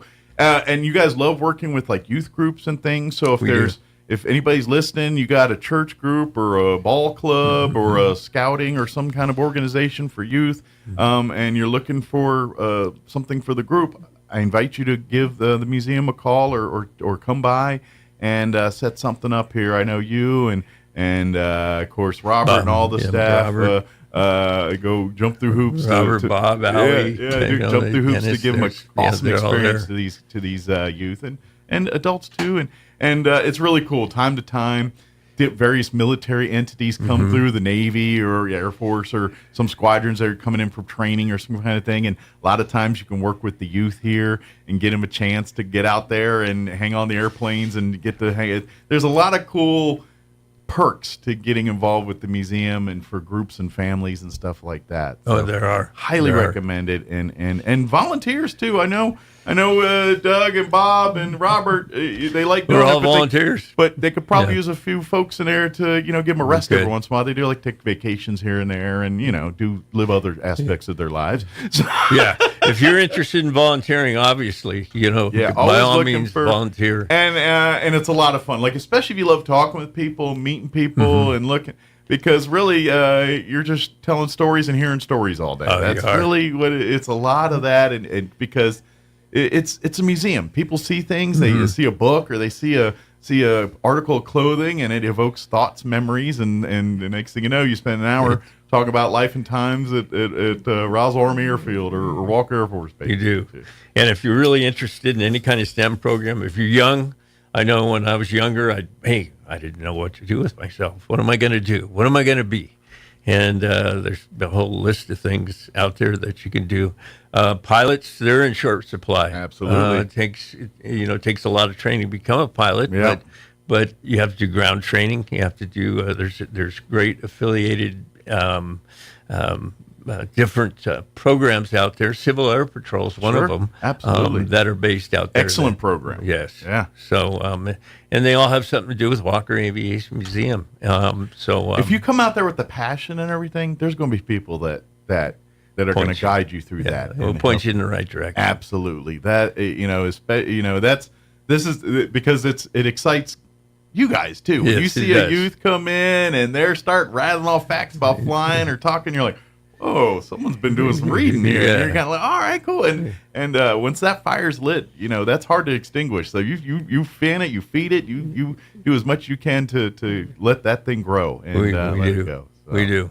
That's what Walker is all about. I invite folks to check out the website. It's www.wafbmuseum.org, and that all short for Walker Air Force Base Museum. If you'd like to help out financially, there's a donate now button there, and all the money generated goes back to preserving, artifacts and keeping the museum going and open and everything there.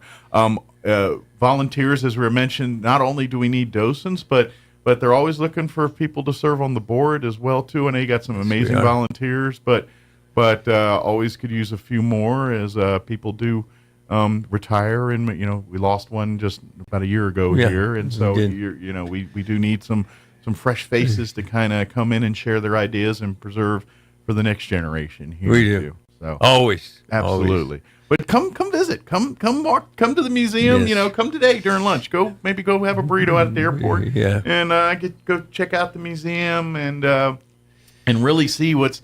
Because maybe a lot of times you've been there, maybe walked by, maybe look, but it really look. Yes. Now get in there and take a few minutes and look, and trust me, do what many people that have been flying in and out of town just spend a few minutes, learn about our community. You can do it here as a local too. Yeah. Come be a part of it.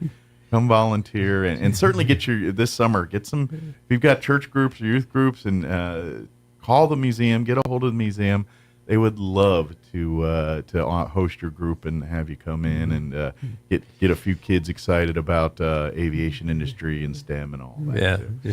And I know you guys, you show all the STEM, not just aviation stuff. No. Like if you're looking for engineering, oil field, those type of careers, there's information through Walker Aviation Museum on those types of careers as well, too. Yeah. So it's not all about wings and rotors. And besides aviation mechanics, we have car mechanics. We have this, it's all electronics. STEM. It's all STEM. Some translates. It's like, yeah. I mean, I'm not saying you can fix an airplane engine in a car engine, but there's going to be a lot of things that translate in the principles. There's and everything. medical fields and different things like that have to do with aviation as well. Absolutely, yeah.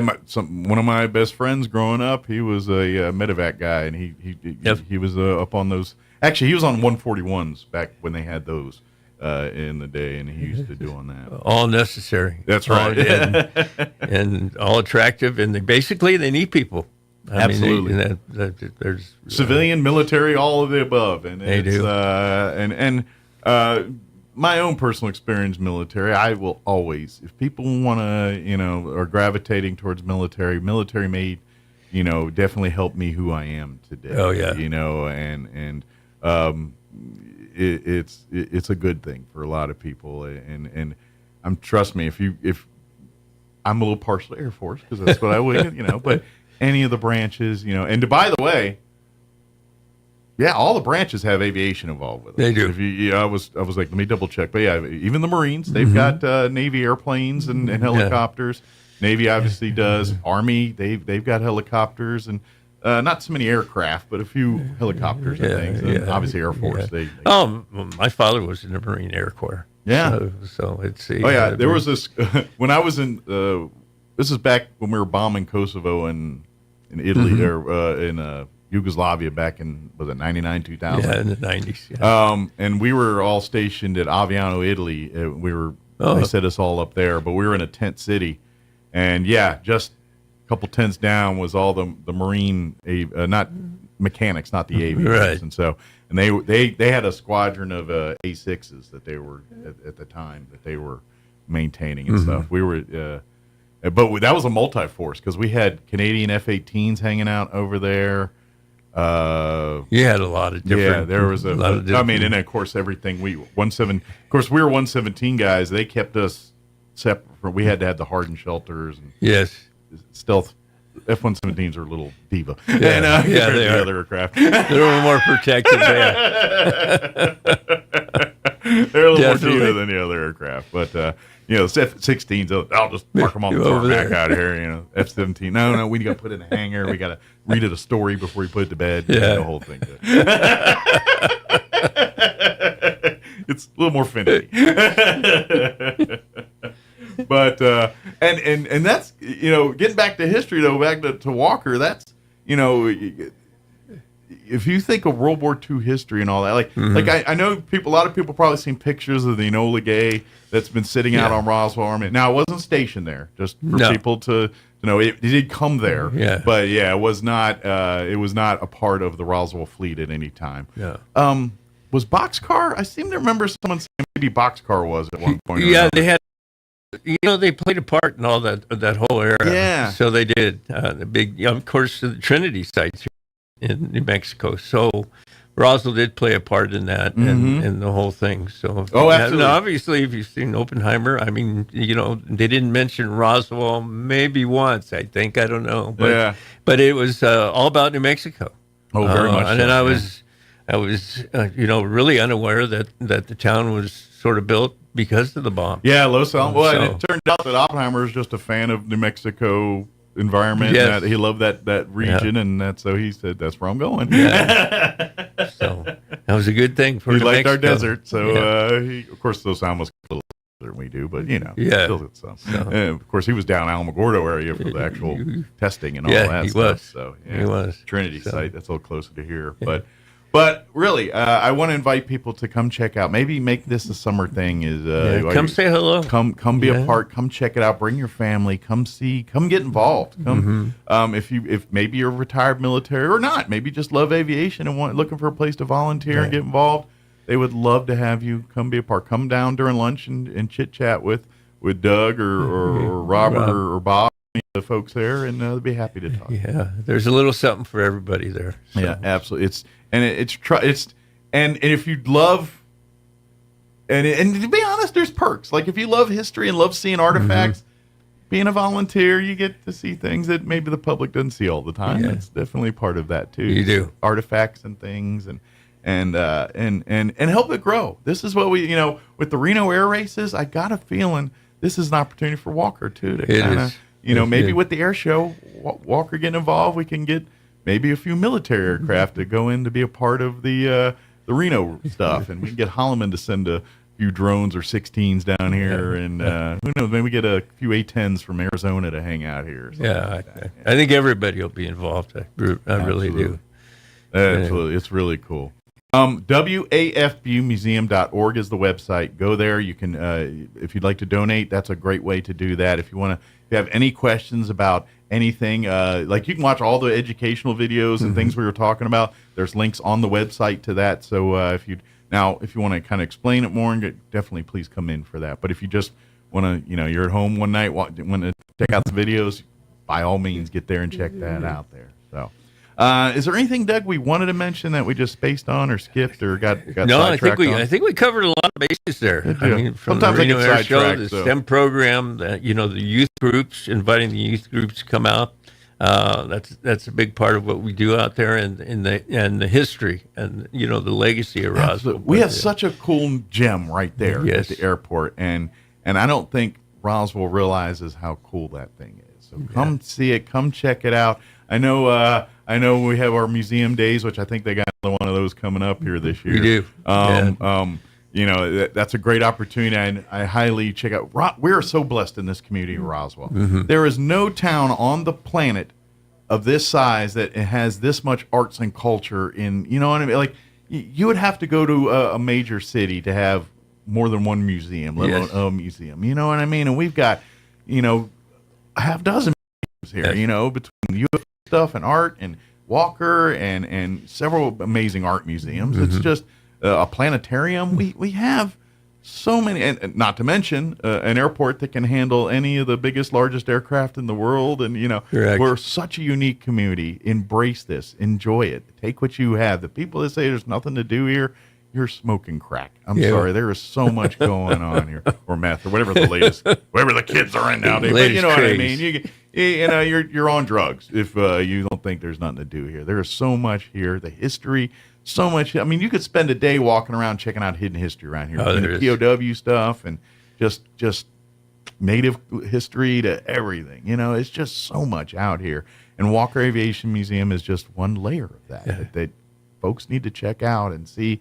That history of our military, we got it all. We got paranormal history, military history, natural history, cultural history. We got everything right here in your backyard. So there's a ton of it. Come check it out. And I invite everybody to come out to the Walker Museum. It's phenomenal. Trust me, it's so much fun to see the stuff and just to get a concept of what life was like here in the 50s, 40s, 50s, 60s, and beyond, in New Mexico. So it's just great stuff. WAFBmuseum.org is the website. And, of course, like I said, they work around the American Airlines flying schedule for museum hours. Generally, they're open right around 11 each day. And, somebody gets here about 9:30, 10, and then until the flight leaves, flight arrives. Till around lunchtime, after lunch here, one-ish maybe, something like that, and then it wraps up. But come on down and come check it out. And you can go to AA.com if you want to see their flight schedule, and you kind of book a flight too if you want to get it. That way you can,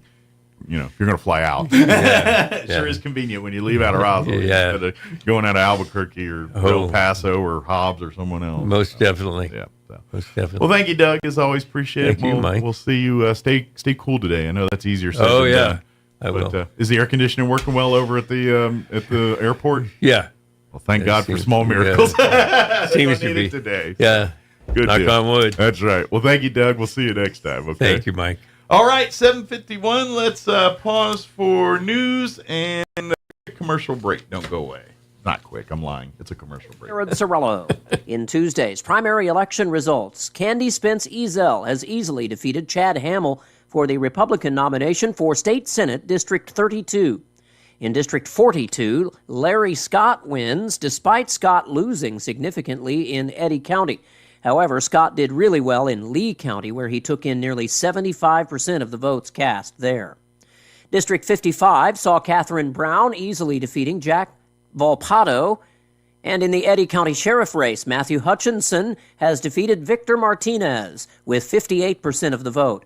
Hutchinson, of course, is the current undersheriff. Mark Cage is term limited and cannot run again. In the county commission contests, Republican Philip John Troost narrowly defeated challenger Justin Wilson for the Republicans. Troost has 52% of the vote to Wilson's 48%. And moving to Chavez County now, Senate District 27 saw Greg Nybert defeating two challengers in Larry Marker and Patrick Boone IV. District 32 winner was also Candy Spence Ezel. District 33, Nicholas Paul defeated two challengers. District 59 winner was Jared Himbry over Tracy De La Rosa. And the county commission races in Chavez County. District 3, Herbert Miller-Korn defeated E.J. Forat, 58 to 42%. In District 4, Richard Taylor was unopposed. You're up to date. I'm Jared Sorello. I'm meteorologist Steve Hamilton with your Pecos Valley weather. Pretty hot today. We have a big high-pressure system settling in over the area, going up to about 100, and we get sunshine. Clear tonight and down to a low of 70. We'll be around 105 for tomorrow afternoon. Mix of sunshine and clouds. And then for Friday, we could get a few light rain showers. Otherwise, it'll be sunny. Afternoon highs 100 to 105. I'm meteorologist Steve Hamilton, and that's your latest forecast. With the Wall Street Business Report, I'm Rich Thomason. Payroll processor ADP says American employers hired 152,000 people last month, a sign that hiring continues to slow. Wall Street opened higher this morning as a handful of companies posted strong quarterly results. Hewlett-Packard Enterprise rose 13.9% before the bell after beating Wall Street's expectations, raised its full-year profit guidance. Stitch Fix jumped 17%. After posting a smaller loss than expected. A top European Union court ruled that McDonald's has lost its Big Mac trademark, ruling in favor of Irish fast food rival Supermacs in a long-running legal battle. The Amazon Labor Union, a grassroots labor group that won a major victory at an Amazon warehouse 2 years ago, has agreed to affiliate with the Teamsters Union. For the Wall Street Business Report, I'm Rich Thomason.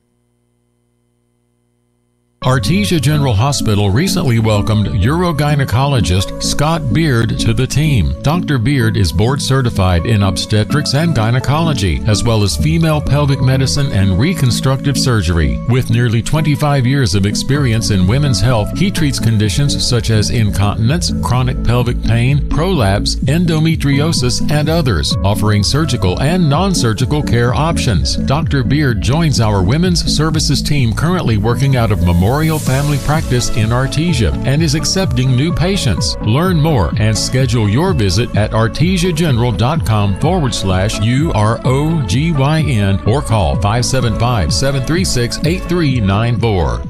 Hi, this is Jim Gill from Roswell Seed Company, here to announce that our geraniums are ready. So now the great debate begins. Are they pink or are they raspberry sorbet? Are they orange or are they Caribbean coral? Well, whatever you call them, they're the prettiest geraniums anywhere. We raise them in our own greenhouse, then send them home with you to brighten up the world. So come get yours now while the selection is best. Don't worry about the silly names. I heard that. Yes, dear. Coming, dear. Right away, dear. Of course, you're right. Hi, this is Melanie from Glenn's Furniture, and I want to tell you about our store-wide sale happening now. All items in every department are on sale. Upgrade your living space with power reclining sofas and love seats or beautiful sectionals with charging ports. Create ambience with amazing table and floor lamps. Get that long-awaited restful night's sleep with a new Serta mattress. Every department is on sale from our existing prices, so come down to Glenn's Furniture on the corner of Union and Alameda, where delivery is free since 1953. At New Mexico Gas Company, we believe there's money hiding in your home. It's true. It's hiding in your insulation, in your water heater, and in your furnace. And New Mexico Gas Company can help you tap into that money with rebates up to $800 for high-efficiency natural gas improvements. Your energy costs will go down, and your wallet will thank you. We're New Mexico Gas Company, and we provide energy efficiency solutions to save you money. That's why we're here. Learn more at nmgcgetrebates.com. Playing dance music can help ward off mosquitoes. Now you have a reason to invite Pitbull to your next pool party. Here's Mike Winters. And good morning. It is closing in on 9:56. Got a few minutes here before we wrap up today's show. If you missed any part, I always invite you to check it out at your leisure. Just log on to ksvptv.com. Click on the Mornings with Mike Winters channel, and you'll find all of our interviews there. This morning, we started off with the folks from the Roswell Chamber of Commerce. Andrew Moore and Gary Thrine joined us, gave us an update on events and things they've got going on through the chamber. Lauren Dickinson with the Roswell Refuge joined us in the 8 o'clock hour talking about they've got their Father's Day Blackstone Grill giveaway they're doing right now. You can get tickets. I bought a ticket. Did you? I'm in, yeah. Yeah, I was going to, but I thought it'd be odd if they did the drawing on Friday when I was here. I actually reach in and pull my own name out. Just feel a little odd. Yeah. Definitely would love one of them Blackstones. Well, I won't be here, so you can pull my name out. Okay. I'll find a use for that. So we're gonna need a non-biased third party. Yeah, probably the sheriff. He'll Yeah. be in that morning. Maybe get the sheriff to do it there that morning there. But yes, so we had, and of course we replayed our interview with Doug from the Walker Aviation Museum this hour here. So indeed, go back, check them out at your leisure there. So yeah, yes, sir. Election results, we do have them on our Facebook page. If you'd like to click and look for those there, they've got the whole entire. It's the link to the clerk's state website with all the election results and everything. So you can not only see the local races, but every single state race here in New Mexico. And now it's going to be very quiet for just like a week and a half. Then things are going to pick right back up. Yeah, I'm very curious to see, because this was a dirty, dark, lot of mudslinging. It did go to some places that local elections rarely tread. And now they all got to be friends again. Mhm. How's that going to work out? I got a feeling now we're going to find out that was a dumb idea.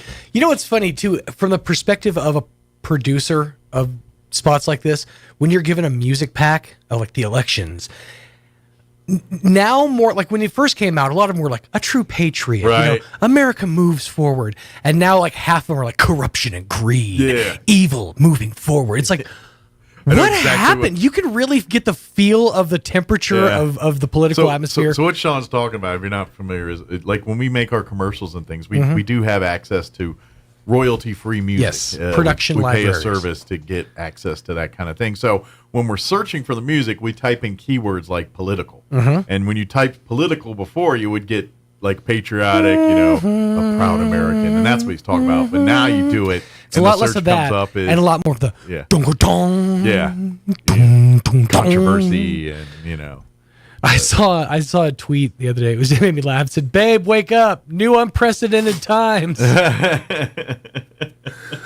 Like, yeah, I am very tired of living in interesting times.